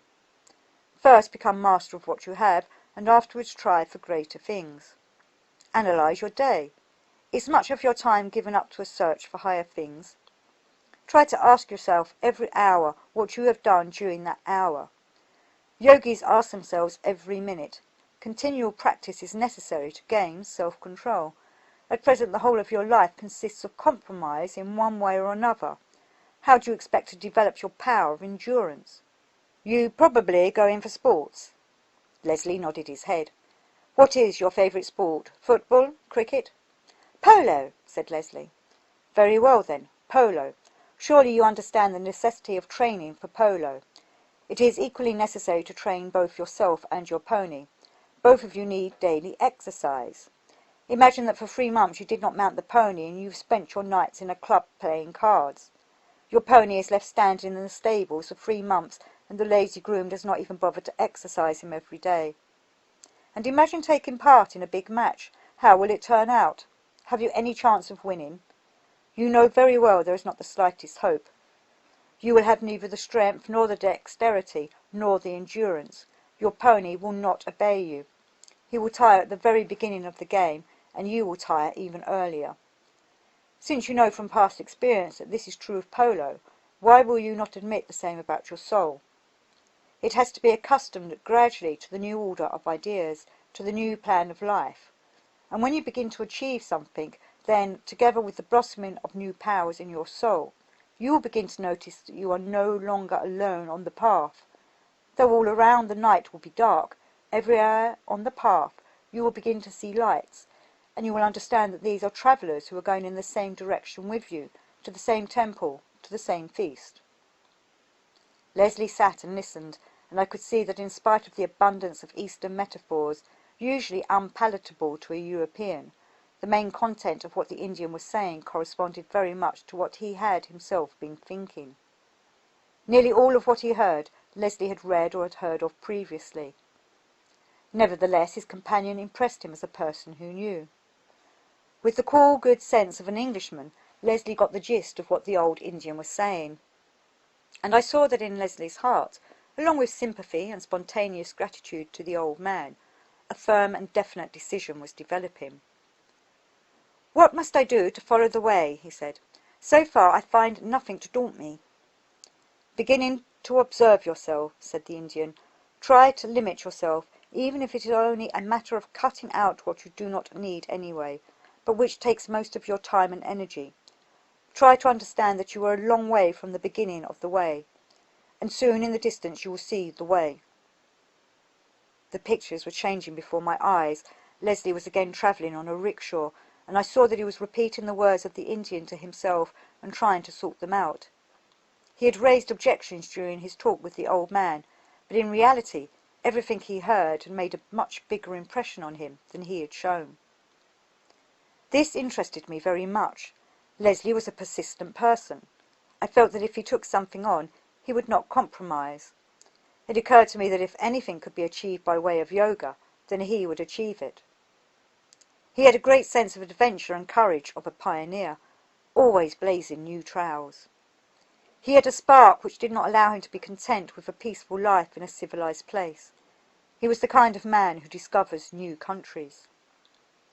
The rickshaw was rolling through dark gardens. Leslie was sitting in the carriage, holding his topi on his knee. Strange to say, he was not alone. Along the left side of the rickshaw, some small creature was running. Looking intently, I saw that this was a little devil. He was small, with a pot belly on disproportionately thin legs, and his fairly good-natured features were of a Chinese cast. The only oddity in his face was the narrow, unsympathetic lips, which he constantly licked with his long, thin tongue. He had small horns on the forehead, and in his yellow eyes, small and shrewd, shone cunning and some secret thought. He ran very quickly, with tiny mincing steps, but without any effort, as if it did not matter to him. With a naughty smile he grabbed sometimes at the thin shaft of the carriage, apparently attempting to hamper the black rickshaw runner. At least twice he entangled himself in his legs, so that the rickshaw boy stumbled and nearly fell. And when Leslie arrived at the station, I noticed that the runner was soaked in sweat and breathing hard, as if he had been running in the heat. "You see," the devil told me, "this one has been appointed to look after him in order to prevent him from committing too many follies." "Where did he come from?" I asked. "How and what can he prevent?" "How he will prevent it is his business," said the devil. "What he must prevent you can guess for yourself. We consider yoga to be playing with fire. He who is carried away by it loses connection with the earth. The danger is much greater than you think. These silly ideas spread, and sometimes we have to resort to extreme measures. Take this Leslie White. You are right. If he takes up something, he will not let go. That is where the danger lies. That is why this little devil is attached to him. This is a very clever and good little devil. He genuinely and sincerely loves people. Even I do not understand him, but at the same time I agree that in this particular case he will achieve more than, say, I would. Sometimes one can only influence by kindness, but see what is happening now. The train arrived. Leslie entered the first-class compartment, and the train rolled further along the seashore. I knew this place well. Leslie was travelling out of town to the hotel where he was staying. This hotel stands on the seashore, on a rocky promontory, surrounded on 3 sides by water. Along both sides of the hotel, to the north towards Colombo, and to the south stretched sandy beaches dotted with coconut palms and small fishing villages. Leslie arrived at the hotel and went directly to his room, facing the sea, to dress for dinner. The black servant had already put out his soft shirt, collar, and dinner jacket, but when Leslie looked at his clothes, he anticipated the tedium of the same people, the same conversations. "Why must I have dinner?" he asked himself. "Am I hungry, or have I only so little strength?" It made him laugh. The old man was right, he continued to think. What an incredible amount of time we waste on things that are quite unnecessary. If one could observe oneself, even for a little while, how much more time and strength one could save, instead of allowing it all to be dissipated on one unnecessary thing after another. There were books lying on the table which he had received only that morning. Leslie knew from experience that after dinner he would want to go to sleep, but now he wanted to read, to think. He rang the bell. "I am not having dinner," he said to the boy who appeared noiselessly. "Bring me a small whisky and a large soda, 2 lemons and some more ice." Then, feeling immense relief, Leslie washed and put on his pyjamas. The boy brought a bottle of soda water, ice in a glass, 2 tiny green Ceylon lemons the size of walnuts, and a little whisky at the bottom of a tall glass. He set it all out on the table and silently put a square of paper and a pencil in front of Leslie. This was the usual ritual. Leslie had to write a chit for the buffet. Leslie squeezed the 2 lemons into the glass, added ice and a dash of whisky, poured some water, took a sip, lit his short blackened pipe, and sat down on the table in a comfortable wicker armchair, armed with one of his new books and a paper knife. He cut the book, but in his mind, as far as I could see, the talk with the Indian still continued.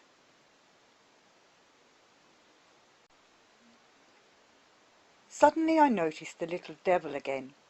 He had a very embarrassed and puzzled expression. He walked around the room, waddling ridiculously on his short spindly legs, licking his narrow protruding lips, obviously looking for Leslie. It was a most weird spectacle. The little devil had lost Leslie and could not find him. Again and again he came up to the table where Leslie sat. He was like someone hypnotized, who had been told he will not be able to see his close friend. So there he was, fumbling about, even touching Leslie's knee, but bewildered, walking on. He clearly sensed that all was not well with him, but could not understand what was wrong. Yes, indeed, what I saw was certainly a very curious phenomenon. This, more than anything else, revealed to me the real relation of devil to man, a devil's true nature, and his fear of losing a man. Evidently, though, my devil did not tell me this. It happened much more often than they wished. At first I thought that the disappearance of Leslie depended on the book he was reading, and I looked over his shoulder. I knew this book, even knew the author, whose views I had always found rather too narrow. However, when I took a look at Leslie, I understood that the clue lay not in the book, but in the way he was reading it. His whole being was immersed in the world of ideas. Material reality did not exist for him. So that is the secret, I thought. To get away from reality means to get away from the devil, to become invisible to him. This is excellent, for it signifies, conversely, that people of dull reality, practical, workaday people, in general all ordinary sober people, belong absolutely and completely to the devil. To be frank, I was delighted by this discovery. The poor little devil, apparently despairing of finding Leslie, went and sat in the corner by the door, tucking his legs under him, watching him intently. I saw that he was crying, wiping the tears away with his small fist, and altogether looking very miserable. Studying him, I realized that he was really suffering, and that his suffering was not purely egoistic. He was actually afraid for Leslie, who had suddenly disappeared to some plane he could not imagine. It was as if some silly woman had fallen for Leslie and was incapable of understanding his thoughts and interests. She would suffer like this, and there would be times when she too would be unable to find him, when she would sit in a corner and whimper. For some unknown reason, very vivid pictures of such a relationship came into my mind. The Leslie I knew was young, full of hope, full of life and prospects, and the woman was plain, unintelligent and dull. Both socially and intellectually, she was infinitely inferior to Leslie. Leslie could never allow himself to be seen with her, nor introduce her to anybody, nor even tell anybody about her. Probably she is Eurasian, and she undoubtedly has some dubious past. It is possible that she belongs, in the words of Kipling, to the oldest profession. Where Leslie found her, how he got mixed up with her, and why he cannot leave her, is his secret. There is certainly something very unpleasant about it. He must hide her. It will be the end of career and prospects for Leslie White if her existence becomes known. He will not be received anywhere. He will have to leave the service and go away. At one stroke he will be a ruined man. The woman knows this, and yet with all her strength she tries to keep her hold on him, and she succeeds except for those moments when Leslie slips away from her. Why? What does Leslie keep her for? What is her hold on him? Why doesn't a man as strong and clever as Leslie cast this trash out of his life? It is quite incomprehensible. Probably there is something in her that he needs. Probably she appeals to some dark force in him. Such women can only keep their hold on men by appealing to their baser instincts. My own thoughts astonished me. How had I guessed that this little devil was a woman? Looking around, I realized that somehow I was in two places at once, Leslie's room and in the temple of Kailas. Is it possible that there is a grain of truth in what I've just been thinking? I asked the devil. Much more than you think, he replied. It is not simply a metaphor that the devil loves him like a woman. You have guessed what may possibly be the most important aspect of our relationship with you. I've already mentioned that it is very difficult for me to explain in full the essence and characteristics of the relationships of devils with people. There are things which you have to work out for yourself. Basically, we have no sex, but as we represent the reverse aspect of you, your sex is always reflected in us, but becomes the opposite. Do you understand? This little devil is not a woman, but in relation to Leslie, womanly traits appear in him because Leslie is a man. Had Leslie been a woman, masculine traits would have appeared in the little devil. Does this mean that each one of us has such a she, I asked, and every woman has such a he? Not necessarily, but it is quite possible, replied the devil. Now you understand why the story of Adam and Eve and their love disturbed us so much. The devil sneered with contempt. We were jealous of them. Some of us were jealous of Adam because of Eve, others of Eve because of Adam, and some, like myself, who feel equally male and female, were jealous in both directions at once. You can understand it now, but had I told you everything at once, you would not have understood a thing. In our relationships with people, sex plays a large part. Moreover, most people are much more easily influenced when it is employed. Somehow I completely failed to understand you, I said. Earlier you said that you cannot see people experiencing emotions of love, and now you say that the easiest way for you to influence people is from that direction. Which is the truth? Both, said the devil, not in the least put out. The emotions of sex disgust and alienate us when they give rise to so-called romantic moods in people. Herein lies the main evil. We spare no strength to fight it, but we can do nothing. These romantic moods surround a person like a wall, and we lose him completely until the romance is over. Worse still, of course, is the connection of sex with the mystical, that much talked about sense of the miraculous and feelings of immortality. These sensations take people completely away from us and make them inaccessible to our influence.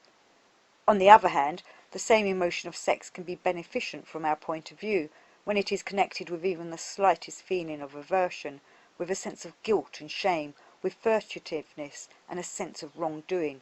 That is just what we need. You see, the same emotion in one man can manifest itself differently in others. It can be for us or against us. It is only those who have the capacity for romance or romantic moods, or who experience wonder in the sensation of sex, the devil pronounced these words with scarcely disguised irritation, who are completely inaccessible to us, but fortunately this happens very rarely. The majority of people, men and women, regard such things very realistically, without any romantic ideas, and it is very easy for us to deal with such people. This Leslie White was one of the difficult ones. However, he is an Englishman, and there is therefore so much prejudice and hypocrisy surrounding his attitude to sex that it is surely possible to find some line of attack. There is much that he fears in himself, much that he does not believe. He feels guilty at the same time, and to justify himself in his own eyes, he tries to reduce all this to the lowest material level. It is there that we take him, and besides all this, you remember what I told you about play? So long as people believe that in the experience of sex the realm of fact is not real, that the real is something else, they are inaccessible to us.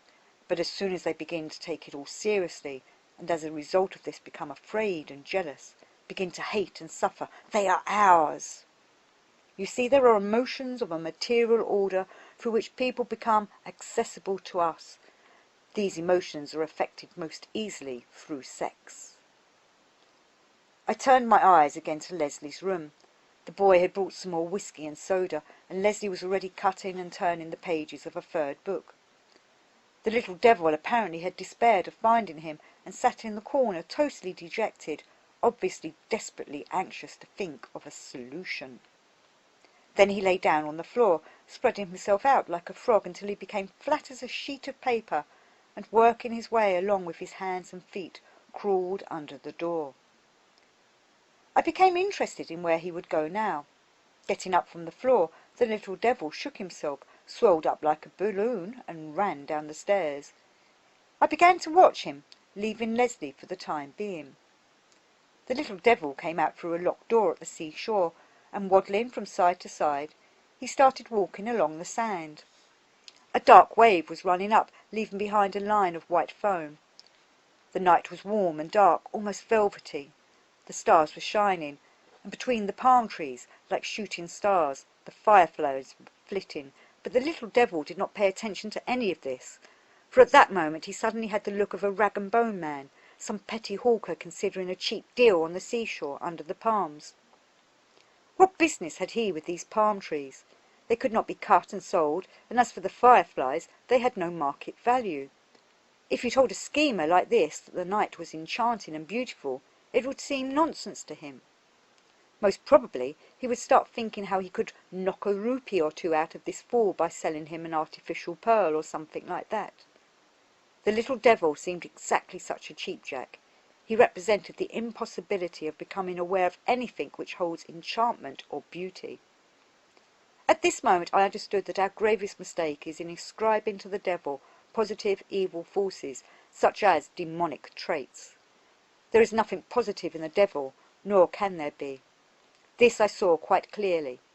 The devil is the absence of all that is highest and most refined in human beings, absence of religious feeling, absence of vision, absence of the feeling for beauty, absence of awareness of the miraculous. Swaying from side to side, the little devil walked fairly quickly over the sand beneath the palm trees, staring the whole time into the darkness, as if he were looking for something. Finally he turned aside, and I noticed that on the sand another devil sat by the thick trunk of a palm. By the look of him he was fairly important. He had a fat belly, a grey goatee beard, and a skull-cap. The little devil sat down on the sand opposite him, and began apparently to tell him all about his failure with Leslie, pointing from time to time in the direction of the hotel. I could not make out what he was saying. I was struck, however, by how much he actually resembled a woman, as if he had combined himself in every objectionable and unpleasing feature found in a common and vulgar female. The old devil listened intently, then he began to speak, in obviously didactic tones, and the little devil sat in front of him, his head bent to one side, his chin on his palm, listening intently, as if afraid to miss a word. I returned to Leslie. He continued to read for a long time, writing down any thoughts which occurred to him. Later he went to bed. The night flashed quickly past me, and the short tropical dawn came. In India and in Ceylon one gets up early. The servants were sweeping the corridors and carrying tea and coffee to the rooms. A Singalese boy in a narrow white sarong and jacket, barefoot, and wearing a tortoise-shell comb on his head, silently entered Leslie's room with a big tray in his hands. Leslie was still asleep under the mosquito net. Treading lightly, the boy stopped and placed the tray on a low table by the bed. I glanced at the tray, and to my amazement I saw that everything on the tray was the devil, that same little devil I had left under the palm. Now the little devil assumed a diversity of forms, and, one must give him his due, he looked very attractive and appetizing. First it was tea, 2 medium-sized dark teapots, one containing hot water, the other strong and fragrant Ceylon tea, amber-coloured Australian butter with a piece of ice on a small plate, thick marmalade, a hot, soft-boiled egg in a china egg-cup, 2 pieces of cheese, a small heap of toast, 4 dark yellow curved bananas, 2 black-violet mangosteens, a fruit so tender that it cannot be brought to Europe, and all this was the little devil. Leslie opened one eye and looked at the tray. Then he stretched and yawned, opened the other eye, and sat up in bed. I saw at once yesterday's thoughts come flooding back to him, and how cheerful he felt. How pleasant it was for him to remember it all, the talk with the Indian, his intention to study yoga, and all the thoughts which had occurred to him in the evening. "The whole point is in training. The old man is right," said Leslie to himself. "Above all, one must always observe oneself, not allow oneself to do anything without asking, 'Is this necessary for my aim?' and observe one's thoughts and words and actions so that everything is conscious." I saw that Leslie found it enjoyable talking to himself like this, and gratifying to think that he knew all about such things. Soon he lifted the mosquito net and scrambled out. He was about to get up, but the tray with the devil on it caught his attention, and he involuntarily looked at the bananas. I had guessed the trap set for him. For a split second it seemed as if he were hesitating, but then in a business-like manner he poured out a large cup of strong tea and spread a piece of toast thickly with marmalade. Leslie was feeling exceptionally well. Everything in him longed to make a start, to work, and his conscience told him he could not deny himself a bit of pleasure. Tea, toast, butter, marmalade, an egg, bananas, cheese, all disappeared very quickly. Making a slight cut with a knife, Leslie broke the thick black shell of the mangosteen and took out the tender white fruit. It looked like a mandarin, is faintly acid and aromatic, and melts in the mouth. A second one followed the first, and that was the end of it. Glancing at the tray with some regret, Leslie began to get up. While he was washing and shaving, the little devil appeared again by him. He had a crumpled look, but beyond all doubt he could see Leslie now. Leslie was thinking about everything as before, only his thoughts were, so to speak, slightly duller. I could not now detect that aura of creativeness apparent in his thoughts the previous evening. The thoughts seemed to go around in the same circle. However, Leslie held them fast, and apparently they were welcome to him. Leslie finished dressing, came down, walked through the dining room, and went out on the veranda facing the sea. In front of the veranda there was a small lawn, and further on, beyond the palm trees, was the sea, blue and glittering. On the right the green shore ran towards Colombo, and one could see the tops of the sails on the fishermen's catamarans drying where they had been dragged onto the sand. Leslie glanced involuntarily in that direction. True, he had come out here simply because the boy was tidying the room, and he intended to work until lunch-time. But right now the sea was drawing him. Here there was so much sun, and the light breeze with the smell of water caressed him. Leslie felt how good it would be to rock in the catamaran over the clear waves, and once again to think over yesterday's talk. "No, it is better to work," he said to himself. "One must not start right away by giving in.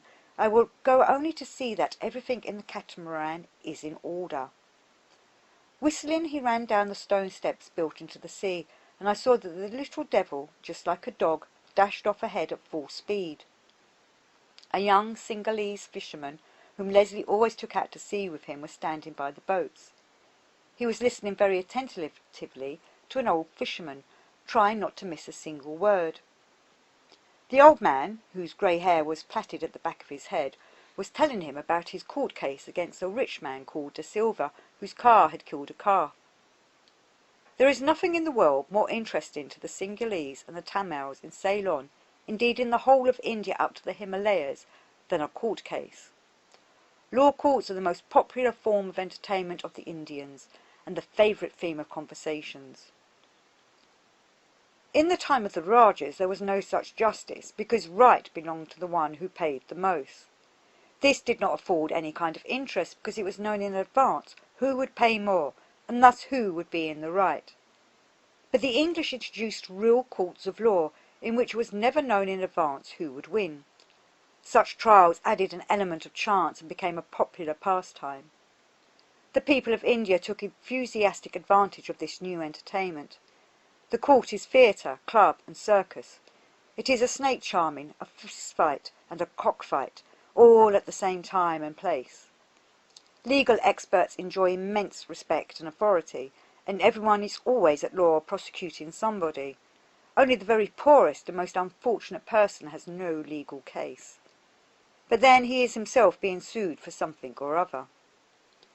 The young fisherman was completely immersed in the elaborate evidence put forward by the owner of the killed calf. However, at that moment, the little devil ran up to him, hit him on the shoulder with his fist, and pushed him in the direction of the hotel. Seeing Leslie coming down to the sea, the boy assumed he was going out in his catamaran, and tearing himself away from the fascinating story with some regret, he rushed at once to meet Leslie with a radiant face. "Master wants to go to sea. Wonderful weather, master. There is not much wind, but we will put up the sails at once. Everything will be ready right now, master." Without waiting for an answer, the boy, his head lowered and naked heels flashing, raced off to Leslie's catamaran, which was beached some distance from the others. Without intending to, Leslie caught his enthusiasm, and smiling followed him. As things have turned out, he decided it would do no harm to spend half an hour on the sea. Out at sea the wind was stronger than it had seemed ashore. The catamaran rose and fell, gliding over the waves like an ice-boat on ice, responding to every movement of the rudder. Leslie did not have the heart to turn back for a long time. However, on the return trip they had to beat against the oncoming fresh wind, and as a result Leslie did not get back to the hotel until 9:30. Breakfast was nearly over when he walked through the dining room. Although he felt pretty hungry after 2 hours on the water, he wanted to go straight to his room so as not to lose any more time. But the head boy, barefoot, in a narrow white sarong and white dinner jacket, with a tortoise-shell comb on his head, bowed to him with such deep respect, as only Indian servants know how, that Leslie, without thinking, went up to his own table and sat down. Overtaking him, the little devil had already jumped on the table and turned into the menu, coquettishly leaning against a vase of flowers. The young boy brought tea and marmalade, as is customary at the first breakfast, and stood waiting for further orders. Leslie poured himself a cup of tea, and on taking a sip glanced at the menu and ordered the traditional English grilled smoked herring. After the herring he asked for another national dish, fried eggs and bacon, then a medium-sized steak with fried onions, then an Indian dish, curry, which is served nowhere else as it is in Ceylon. Serving curry is a ritual in itself. First of all, the head boy brought in a large tureen of hot, fluffy, fragrant rice. Leslie put a large portion on his plate.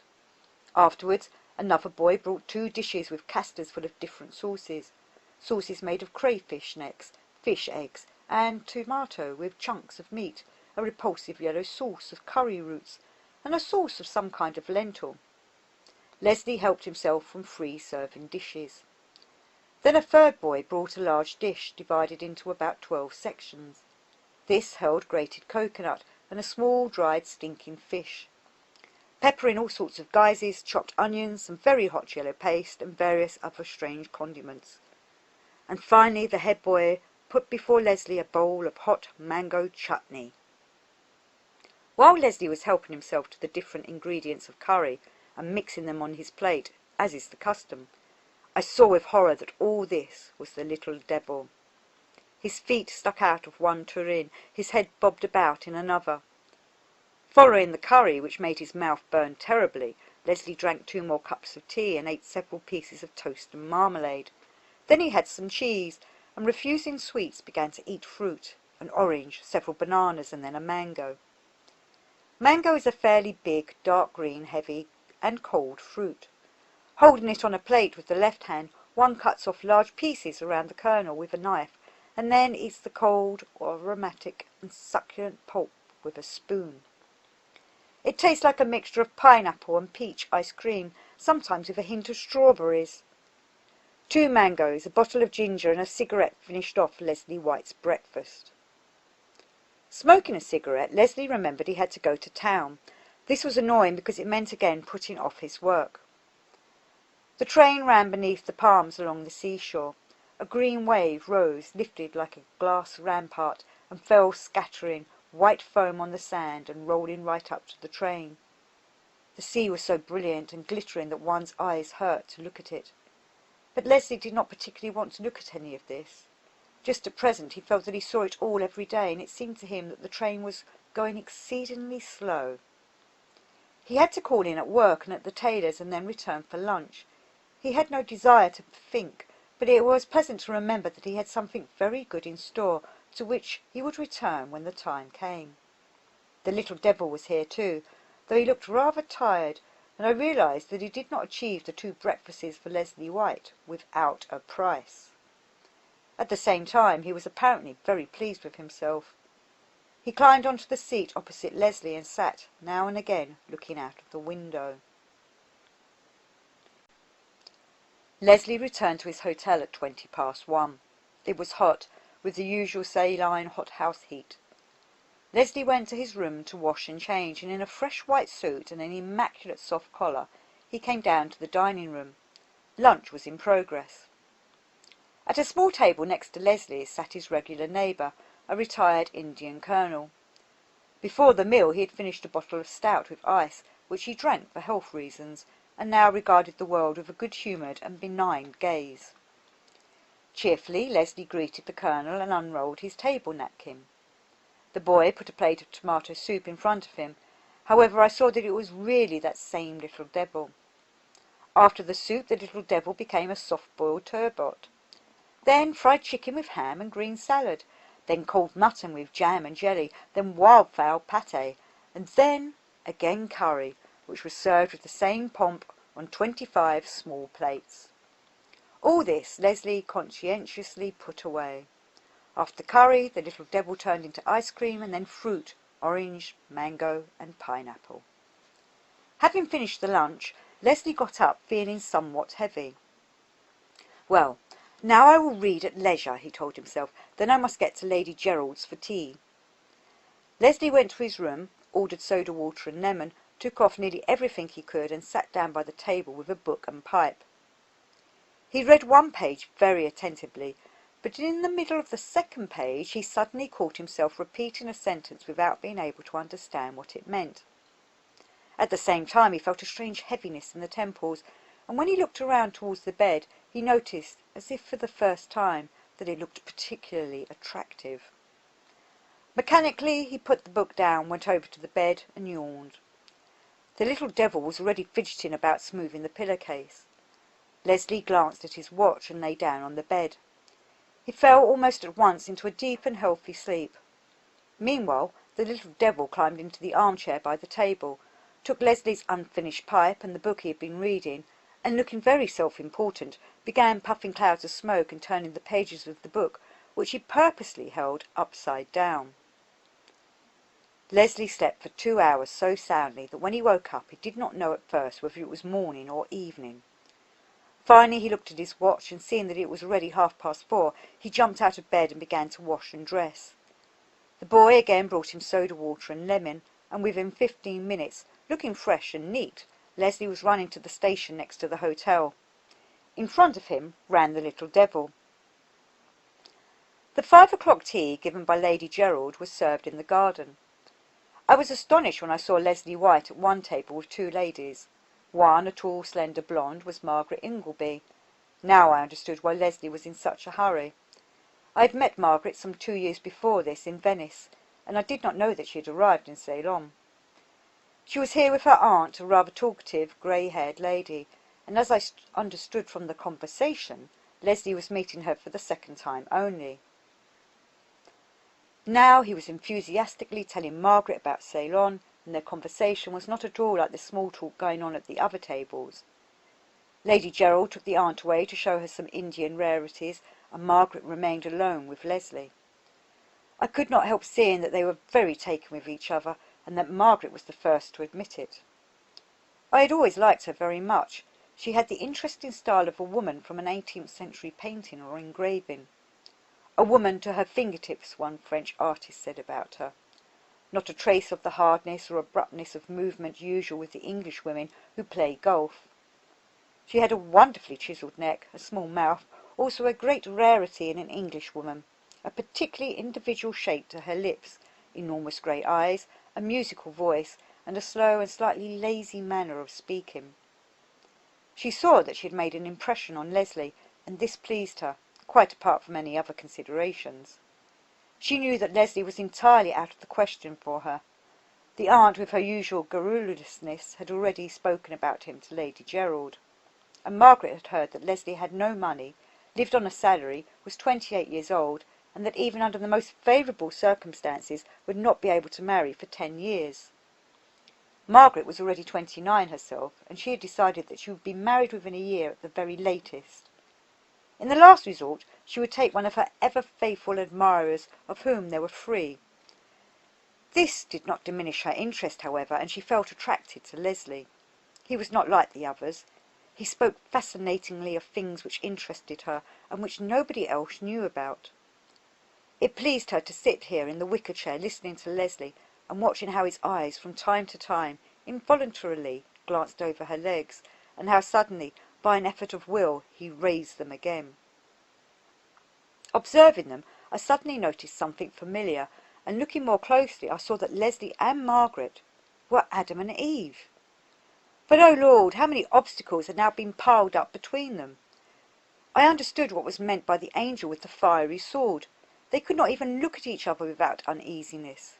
At the same time they both felt that they knew each other well, and had known each other for a long time, and if they had allowed themselves the liberty, they could have entered at once into a much closer intimacy.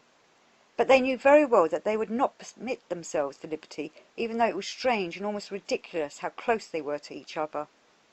They were finishing tea, and Leslie, before whom the little devil had pushed a plate of sandwiches from behind his left elbow, mechanically demolished a fair-sized heap.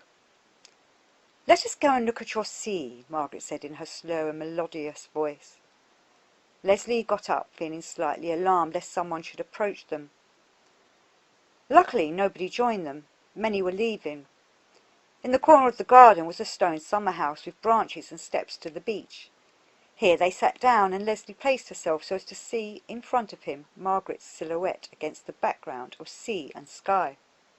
To the right of them, the large red sphere of the sun was descending low over the dark blue horizon of the sea. The waves were lapping gently, and there was a breath of wind as the pre-dusk silence settled over the whole of nature. Leslie was speaking about yesterday's discussion with the Indian. "What surprised me most were my own feelings," Leslie was saying. "I am not in the least sentimental, and yet, at the time of the conversation, I felt a positively tender feeling towards this old man, as if he were my father, whom I had not seen for years, whom I had lost and suddenly found. It was something like that, you understand? Actually, I did not agree with much of what he was saying. This feeling went somehow counter to my consciousness." "So it means that India really exists," Margaret was saying. "No, you simply must get to know everything completely. Just think how fascinating it all is. Suddenly you will find a real miracle. I have read everything that has been written about it, but the most important things are usually left out. And you feel that the people who write the books know nothing themselves and take anybody's word for it." Leslie listened to Margaret with admiration. She literally spoke his thoughts, and in his own words. "No, this old man made quite a different impression," he said. "I felt without any doubt that he knew, and that through him it was possible to find people who know still more." Suddenly Leslie felt everything he was saying about the Indian acquired some special new meaning, because he was saying it to Margaret. Leslie suddenly understood that if he could take the 2 steps which separated him from Margaret, and then take her by the waist and lead her right down to the sea, walk with her along the water's edge, feel it roll under their feet, further and further on until the stars began to shine, somewhere where there were no people but only the 2 of them, then straight away everything which the old Indian had spoken about would become a complete reality.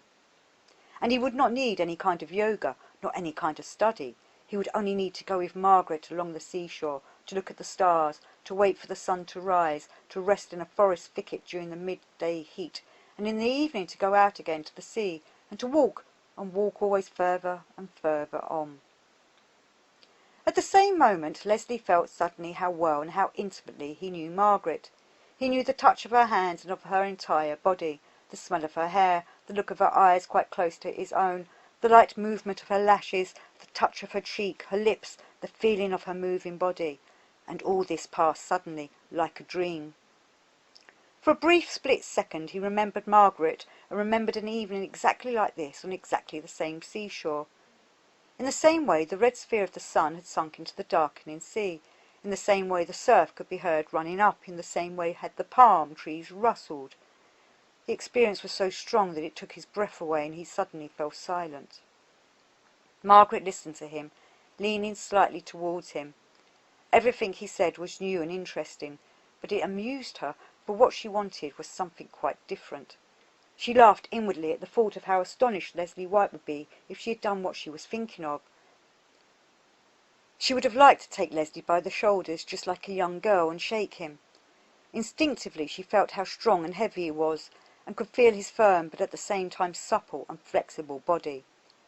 She felt that if she did take Leslie by the shoulders, she would not be able to move him. Her awareness of this strength and this living weight was somehow particularly pleasant. It blended with her awareness of his gaze, which she could feel returning again and again to her ankles, her hands, and her lips every time he had made the effort to look away. "You silly," she was saying to herself, "if you could only know what I am thinking." Her eyes began to sparkle with fire. "Where is the little devil?" I thought. "It would be interesting to know what he is doing now. Is it possible that Leslie has eaten him up completely?" But at that moment I saw the head of the little devil projecting from under the bench on which Leslie sat, with his gaze fixed firmly on Margaret. Even I was startled. Here was the very green-eyed monster itself. It was here that the satanic nature of the devil revealed itself in its entirety. There was infinite hatred and malice in his look, and a kind of coarse, repulsive cynicism and madness. Apparently what was tearing at the devil's very vitals was fear. "What is he afraid of?" I asked the devil. "Can you really not understand?" he replied. "Leslie might disappear from him at any moment, but think what he must feel, to have this happen after all his self-sacrifice. You saw how he loves Leslie, and now, because of this wretched girl, all his labours may be in vain. You can see that Leslie is again absorbed in these fantasies, and now they are particularly dangerous. You have noticed that he already remembers. Of course he cannot understand these memories, but all the same he's very near to dangerous discoveries." "You can say that he can disappear. How?" I asked. "If he takes the one step," said the devil. "What step?" "The one step which is separating them, only he will not do it. Just think, in Lady Gerald's garden. Of course not. What can he do? As it is, they have been sitting too long by themselves. This can only be excused by Margaret's recent arrival, and by saying that things like the setting sun from the seashore fascinate her." Actually, they had not been sitting together very long, not even as long as it takes me to tell this tale. I realized this because the sun, which had been touching the horizon with a golden edge when they came out onto the beach, was sending out its last rays, and had not yet set completely, and the sun sets very quickly. However, Margaret had already noticed the strangeness of the situation, and with a little effort tore herself from that realm of fantasy which had begun to carry her along. She noticed how Leslie's voice had changed, how suddenly he had fallen silent. She felt that she must save the situation, or something silly would happen. She had nothing to fear. What could one fear in Lady Gerald's garden? The devil was quite right. Margaret was almost certain that Leslie would not say anything, but even the silence became too significant. Margaret began to talk, therefore giving her voice a slightly mocking metallic inflection which she knew from experience acted very well on men and had helped her out of many a difficult situation in life. As far back as her school days she had been given the name of Icy Margaret. "I wonder what has become of Lady Gerald's guests," she says. "It seems we are alone on a desert island." 3 full seconds passed before Leslie found his voice and answered, but when he started to speak, Margaret knew that the crisis had passed. "Probably they went to the sea," Leslie said, getting up. Margaret ran down the stone steps, and they saw not far away a group of men and women near the coconut trees. The Singalese boys were demonstrating their skill, and there were 10 of them up one palm tree, climbing together. Leslie and Margaret went in that direction, but now Margaret began rather to regret the mood she had frightened away. She, too, vaguely remembered something, but her memories were different. She felt as if she were a little girl and Leslie a small boy. She wanted to pull him by the sleeve, throw a handful of sand at him and run off, shouting at him to catch her. "How boring it is to be grown up! How nice it would have been to play games with him," Margaret had time to tell herself. They were already approaching a group of Lady Gerald's guests. All were laughing and talking. A tall German in a glaring yellow linen suit, sold in Port Said especially for German travellers, was clicking away with his Kodak, taking snapshots of the climbing boys. "It is too dark," Margaret said softly. "Or can one still take photographs?" she asked Leslie. She felt herself at fault with him, and she wanted to redress the wrong. "It depends on the kind of camera," said Leslie. "Do you take photographs?" "Yes, and I have a very good and expensive camera," said Margaret, and remembered in passing one of her faithful admirers who had given it to her. "Only I do not know how to use it." "It is possible with a good camera," said Leslie, still feeling resentful. "If you stand with your back to the sea, with the lens set at 45, you can now take the photographs at 1/100th of a second on the most sensitive plate and 1/5 on film. But nothing will come out for that character with the brownie," he added, softening and feeling that he could not be angry with Margaret for long. "But just look at that yellow suit and the sky-blue tie. This is a German tourist's notion of a tropical outfit. I wonder where Lady Gerald catches such characters." Glancing at Margaret as he spoke, he suddenly felt a sadness so agonizing that he was amazed. It was as though he remembered something in the distant past, of losing Margaret in exactly the same way as he was about to lose her now. At once everything became dull and disgusting. The whole world turned into a German in a fool's costume with a fool's accent. 2 ladies began to talk to Margaret. Leslie moved away and began to smoke. If he could have seen the little devil, he would have noticed that the devil first followed Margaret with his eyes full of spite and triumph, then turned 3 somersaults on the sand, ran up to Leslie, and stood opposite him, mimicking his movements and pretending to smoke a trig. Later they all went to the house and said goodbye to each other. When Leslie took Margaret's warm soft hand, an electric current passed between them. This was the last time.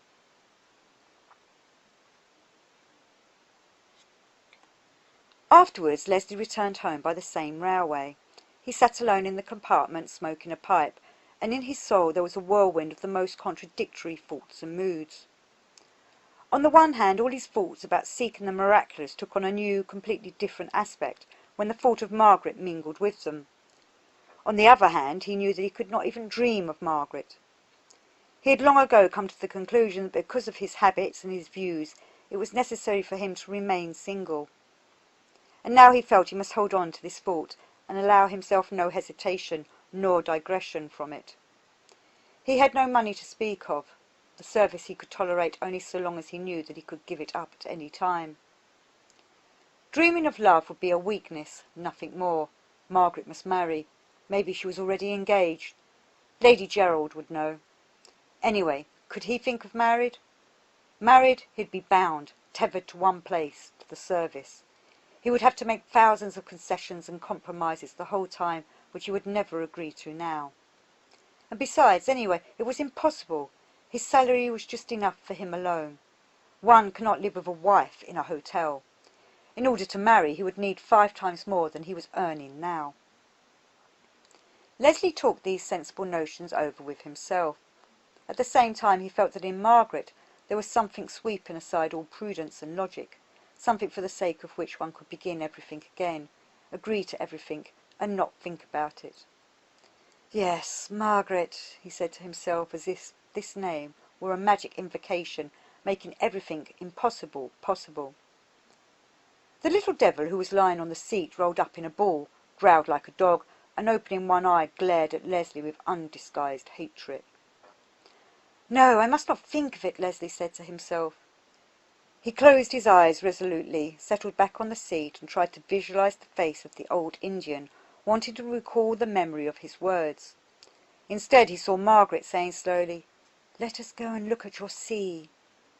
"Darling," Leslie said silently, and the little devil gnashed his teeth and shriveled into a lump. Apparently he was not feeling well, because at times he shivered like a stray dog in the rain. Leslie was absorbed in reveries, vague but unusually pleasant daydreams in which Margaret became entangled with strange wonders, and about the yogis Leslie was to find with the help of the old Indian in certain secret caves. "There must be something in all this," he said to himself. "That Russian," which was myself, "is quite right. We must find new forces. With what we have already we cannot organize our lives, we can only lose. We must find some new key to life, then everything will be possible."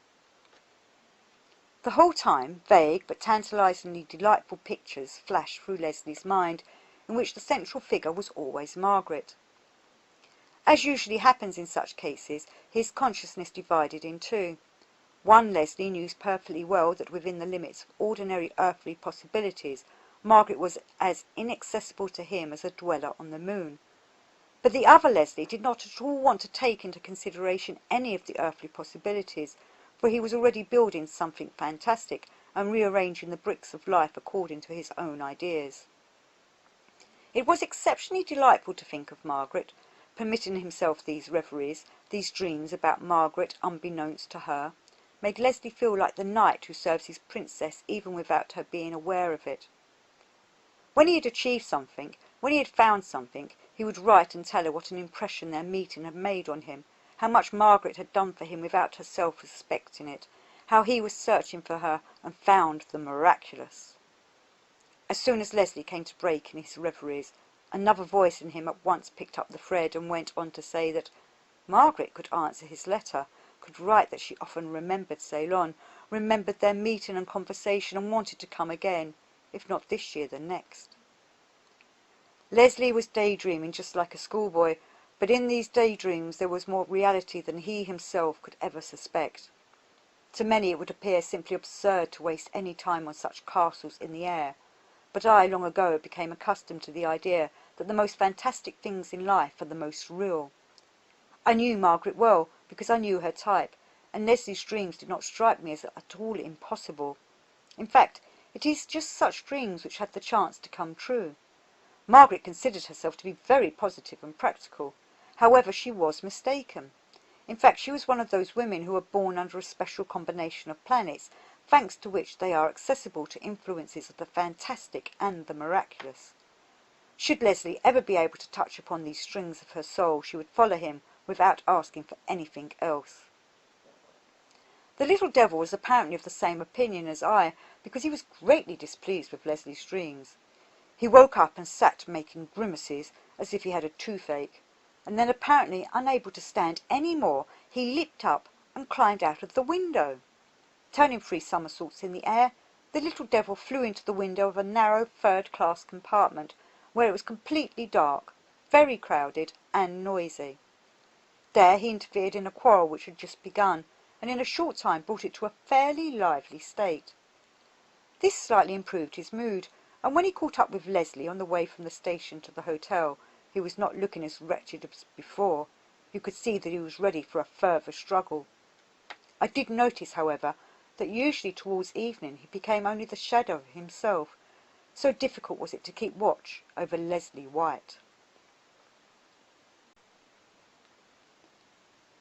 Leslie went to his room, and without putting on the light sat down by the table.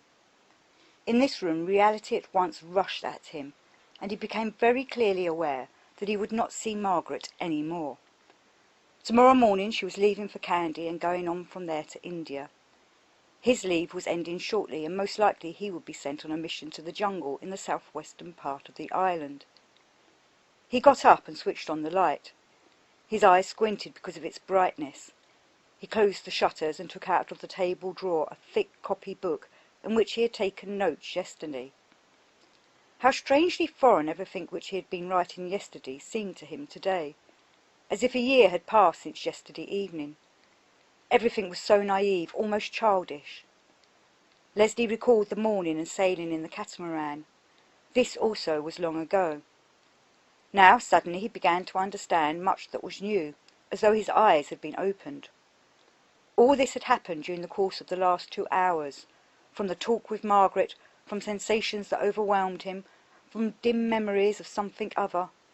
All yesterday's thoughts had somehow reconstructed themselves in a new way, since Margaret had entered them, and now they became much nearer, much more real, and at the same time even more inaccessible, more difficult. Must sort all this out, Leslie told himself, and involuntarily looked around.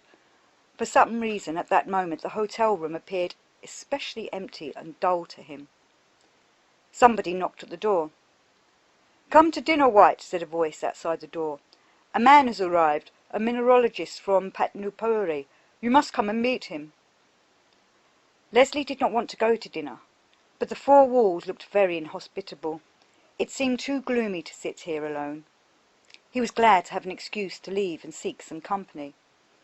"All right," he said. For another half-second Leslie wavered. It was tedious to dress, but at the same time he felt that he could not sit through the whole evening alone. He had heard before about this mineralogist from Patnupuri as a person who was in love with Ceylon, knowing local life better than natives of the island. He was the sort of man Leslie liked to meet, because one could always learn something new from him. Leslie got up reluctantly and began to undress. The little devil simply whizzed around him. Soon, dressed in a dinner jacket, a high collar, and patent leather shoes, Leslie was on his way to the dining room. "Hello, White, come over here," called the company at the bar. He was introduced to the mineralogist, and at the same time the little devil bounded into a large goblet of whisky, which ended up in Leslie's hand. Very puzzled, Leslie looked at the wine-glass, but he drank it. "No, thank you," he said when he was offered another. He did not want to drink. However, the mineralogist interested him. He was a small man, black as a beetle, who won him over immediately with Sinhalese anecdotes. The whole company went to the dining room. The little devil raced ahead and changed into a bowl of turtle soup, which was placed in front of Leslie. The colonel was dining in town, and in his place sat the mineralogist. During the conversation Leslie finished the soup and ordered a bottle of wine in honour of the guest. The little devil took advantage of this and changed into crab mayonnaise. It looked very appetizing, and Leslie took more than common sense dictated. Iced white wine dispelled the feeling that there had been too much of the mayonnaise. The little devil, however, had by now turned into a fried fish with a subtle sauce. When Leslie was finishing his portion, I noticed that the little devil, staggering and holding his head, went away from the table. Turtle steak was served, then fried duck with salad. All this, of course, was the little devil. Although it did not come easily to the little devil, he nevertheless decided to deal the final blow to Leslie, while Leslie, who never had any trouble with his stomach, ate everything that was put in front of him, more than usual, in fact, because he felt disappointed with life when he remembered Margaret. The little devil changed into roast lamb with a piquant sauce, then into turkey, fried with ham, then pudding, then sweet quorine, then, goodness knows why, after the sweet, hot toast and caviar. The usual absurd Ceylonese menu was spread on the table. Some 15 rather badly prepared dishes, All, for some reason, tasted alike, but with a great variety of sharp condiments more suitable for the North Pole than the equator. After all this, with the last of his strength, the little devil changed into almonds, blue raisins, and a very sharp and hot Indian dessert of sugared fruit with ginger, and at the end stood in front of Leslie as a small cup of coffee. Although Leslie was a very healthy person, even he became aware of the heaviness throughout his body.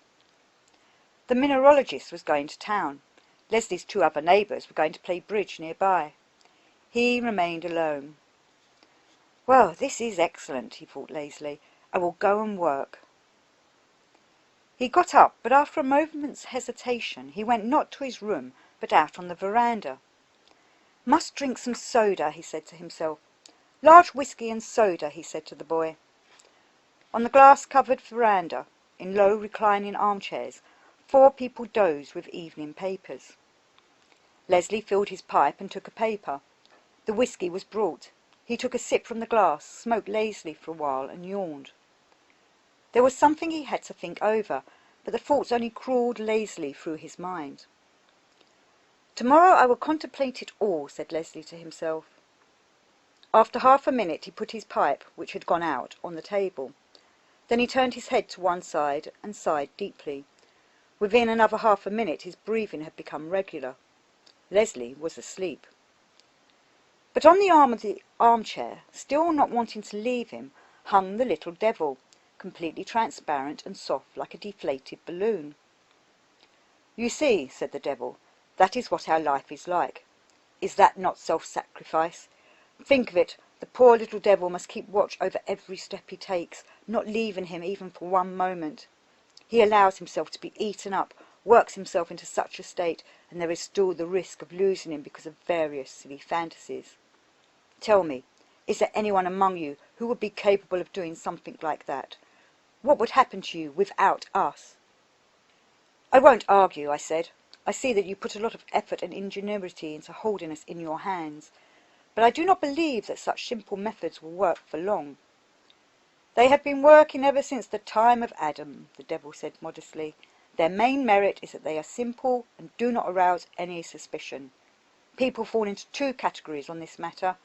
Some do not suspect danger from our side. Even when it is pointed out to them, they refuse to recognize it. You see, it makes them laugh to think that breakfasts, lunches and dinners can have some bearing on their spiritual development and can obstruct it or prevent it. The very thought of such dependence of the spirit on the body seems offensive to them. They cannot tolerate it out of false pride and do not want to take it into consideration. In their opinion, one side of life goes on quite independently from the other. Of course, as a result of this, everyone who deludes himself like this is ours already. On the other hand, people with a bit of a brain will understand where the danger lies, but at once go to the other extreme. They begin to preach abstinence and asceticism and to claim that this is good in itself, pleasing to God, and of a higher morality. Along with this, as usual, they do not watch themselves so much as their own neighbours. These are our favourite helpers. All the same, I am convinced that Leslie White will reach the essence of the matter now that he has become interested in yoga, I said. The devil, quite obviously furious, stamped with his hoof, and a shower of sparks flew through the stone. "You are right this time," he said. "Leslie has reached the essence of the matter, and what is even worse, he has found ways of communication with other such lunatics. This creates a very dangerous situation for him. It started as follows. While travelling to the south of Ceylon, he revisited that Buddhist monastery where you met him. Well, you know how he likes to poke his nose into everything, inquiring into the life of the monks. He became very interested in knowing what they ate, how they ate, and when they ate. And when he was told that they ate nothing after midday, according to the rules for Buddhist monks, he was most eager to know why it was so. In the end, he decided to try such a regimen for himself, and now he lives on rice and fruit and eats once a day. He is playing a dangerous game, but there is something still worse. The thought occurred to him that he was not alone. You know, when this thought occurs to a person, he will very quickly find confirmation. In the end, he learned about the existence of a chain. To put it another way, it all happened just as the old Indian had promised. Out of the dark night he saw the lights of people going to the one temple, to the same feast. Well, that was bad enough. I do not believe in this gibberish, but it is very dangerous for people, particularly such types as Leslie White, who are not satisfied with fine words and good intentions. I do not know what kind of feast it is. All those people go to their own destruction. They are flying like butterflies into the fire. I have told you all this before. You see, one has to put up occasionally with their self-destruction, although one pities them. The trouble is they drag others after them. That is terrible. I do not believe in a mystical chain, nor in a temple, but I must tell you that the awakening of tendencies in this direction frightens me. In the end I will have to resort to special methods, also fairly old, and I will have to apply them in greater measure. What are your methods? I asked. That I cannot tell you now. As it is, I've given away too much. I will say only that the stake is on nobility, and in this game I have never once lost. Frankly, I've been astonished that you have trusted me with such confidences, I said. You know I can tell all this to people. The devil laughed with a horrid, rattling laugh. You can talk as much as you like, he said. Nobody will believe you. The descendants of the animals will not believe you because there is no profit in it for them, and the descendants of Adam will not believe you out of generosity. They decided at all costs to consider the descendants of the animals to be equal with them, or even to consider themselves to be descendants of the animals. And besides, I have a special way of preventing any such talk for a long time. Now, farewell. Evidently the devil wanted to give me a surprise when he left. He suddenly began to rise and grow taller. Soon he became taller than the elephant, then grew larger than the pagodas, and finally he became a huge black shadow, in front of which I felt shrunk to a pinpoint, as has happened sometimes in the mountains. The black shadow began to move. I followed it. On the plain the shadow became even bigger, rising up to the sky. Then, at its back, two black wings stretched out, and it began to separate from the earth, gradually spreading out all over the sky like a black cloud. With this image in my mind I woke up. The rain was coming down in torrents, the sky was covered with grey clouds, and along the slopes of the mountains moving scraps of mist were scattered, thickening in each hollow. I felt tired, broken and ill. Having stood for a while on the veranda, I decided not to go anywhere, that I did not want to see anything, and I would go back. To reach the temples in this rain was impossible anyway, and now by day the caves no longer interested me. I felt that they would be empty. While my driver was harnessing the horses to the tonga, I hastily collected my things, as for some reason I wanted to leave as soon as possible. I gave little thought to my dream. I could not even tell whether it had really been a dream, or I had just imagined it, because of the tedium of sleeplessness. Later we travelled again from one mountain to another, past precipices where, far below, black ruins loomed, the remains of water mains and drains. We passed the gates of dead-walled towns, whose houses had trees growing inside them. Past Daughtylabad with its fortress on a round rock, which Pierre Loti, an occasional visitor here, said was like an unfinished tower of Babylon, its minaret now inhabited by wild bees. At the station I heard the bad news that the railway tracks had been washed away, and that I would have to wait goodness knows how long until they were repaired. As a result I was stranded for 3 days. But that is just one of the delights of travelling in India during the rainy season. Before long I left India, and on the way to Europe the news of war overtook me. In October in London I saw Leslie White once more. I was riding on top of a bus from the Strand to Piccadilly, and at the corner of Haymarket we were stopped by passing soldiers. The bagpipes were gaily playing a lively march to the loud roll of drums, and in front of us passed what appeared to be a newly formed Scottish regiment. In front, on a tall English thoroughbred, a colonel was riding upright and broad-shouldered, with a large drooping moustache and a small beribboned cap. Following him were rows of soldiers intermingled with volunteers, many of whom were without uniforms, some still wearing coats but with Scottish caps, others even hats, but all carrying rifles, all strong, tall, and walking with that long light stride peculiar to the marching of Scottish regiments. They were astonishingly stylish. I simply could not take my eyes off them. The colonel on his horse, and the tall, lean, non-commissioned officer with bare knees who was passing on my side. In all of them was something which makes the Scots distinct from soldiers anywhere else. In my opinion, this peculiarity they have inherited from Rome. Scottish soldiers are Roman soldiers. They have retained their stride, their type, and their costume. The bare-kneed uniform of the Scots, which we think very amusing, saying that they are dressed in skirts, is in fact the Roman costume surviving 2,000 years. Now the stern simplicity of khaki, replacing the traditional Scottish tartan, has brought them still closer to Rome. These thoughts and many others, tormenting and contrary thoughts about the war I had lived with for 2 months, flashed through my mind while I was looking at the soldiers. I was again aware of the whole of that nightmare from which at times I still hoped to wake up. One platoon spread out and got out of step. The tall lieutenant who was marching alongside turned and tersely gave a command. The young soldiers, laughing, ran up, evened out, and quickly caught up with the beat of the march. The lieutenant stopped, a serious expression on his face as the men filed past him. It was Leslie White. The pipes played gaily and the drums rolled. The soldiers and volunteers passed cheerfully by with short rifles on their shoulders, and I suddenly felt physically cold. I could no longer look at the soldiers from an aesthetic standpoint, admiring their style. I remembered everything, the caves of Ellora, the temple of Kailas, the black shadow of the devil and his threat which I had not then understood.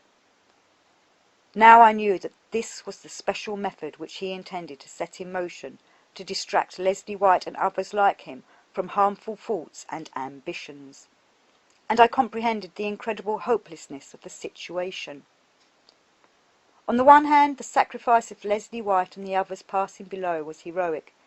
Had they and many others not decided to give up their life, youth and freedom, the descendants of the animals would by now be quite openly ruling the world.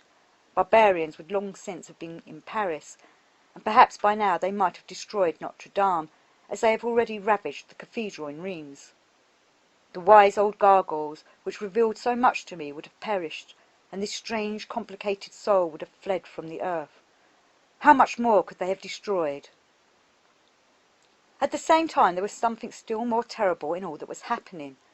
I could see that the descendants of Adam might find themselves in different camps. What chance had they now of recognizing each other? Whether there was a chain or not, whether it began to come into being or not, I did not know. However, I felt that now the possibility of any kind of mutual understanding had been shattered for some time ahead. All the chessmen on the board of life were muddled up again, and from out of remote subterranean regions, banalities and vulgarities were being released into the world, together with clouds composed of lies and hypocrisy, which people were being forced to breathe. How long this will continue, I do not know. The soldiers passed, and the heavy bus, swaying a little, set off again, overtaking the one in front. What has Leslie retained from yoga, from Buddhism? I asked myself. Now he must think, feel and live like a Roman legionnaire whose duty is to defend the eternal city from the barbarians. An entirely different world, another psychology. Now all these refinements of thought seem an unnecessary luxury. Probably he's already forgotten about them, or will soon forget. Who in the end knows whether there are more barbarians outside the walls or within them? How does one recognize them? The key once again has been thrown out into the deep. The stake is on nobility. I remembered the words of the devil, and had to admit that this time he had won.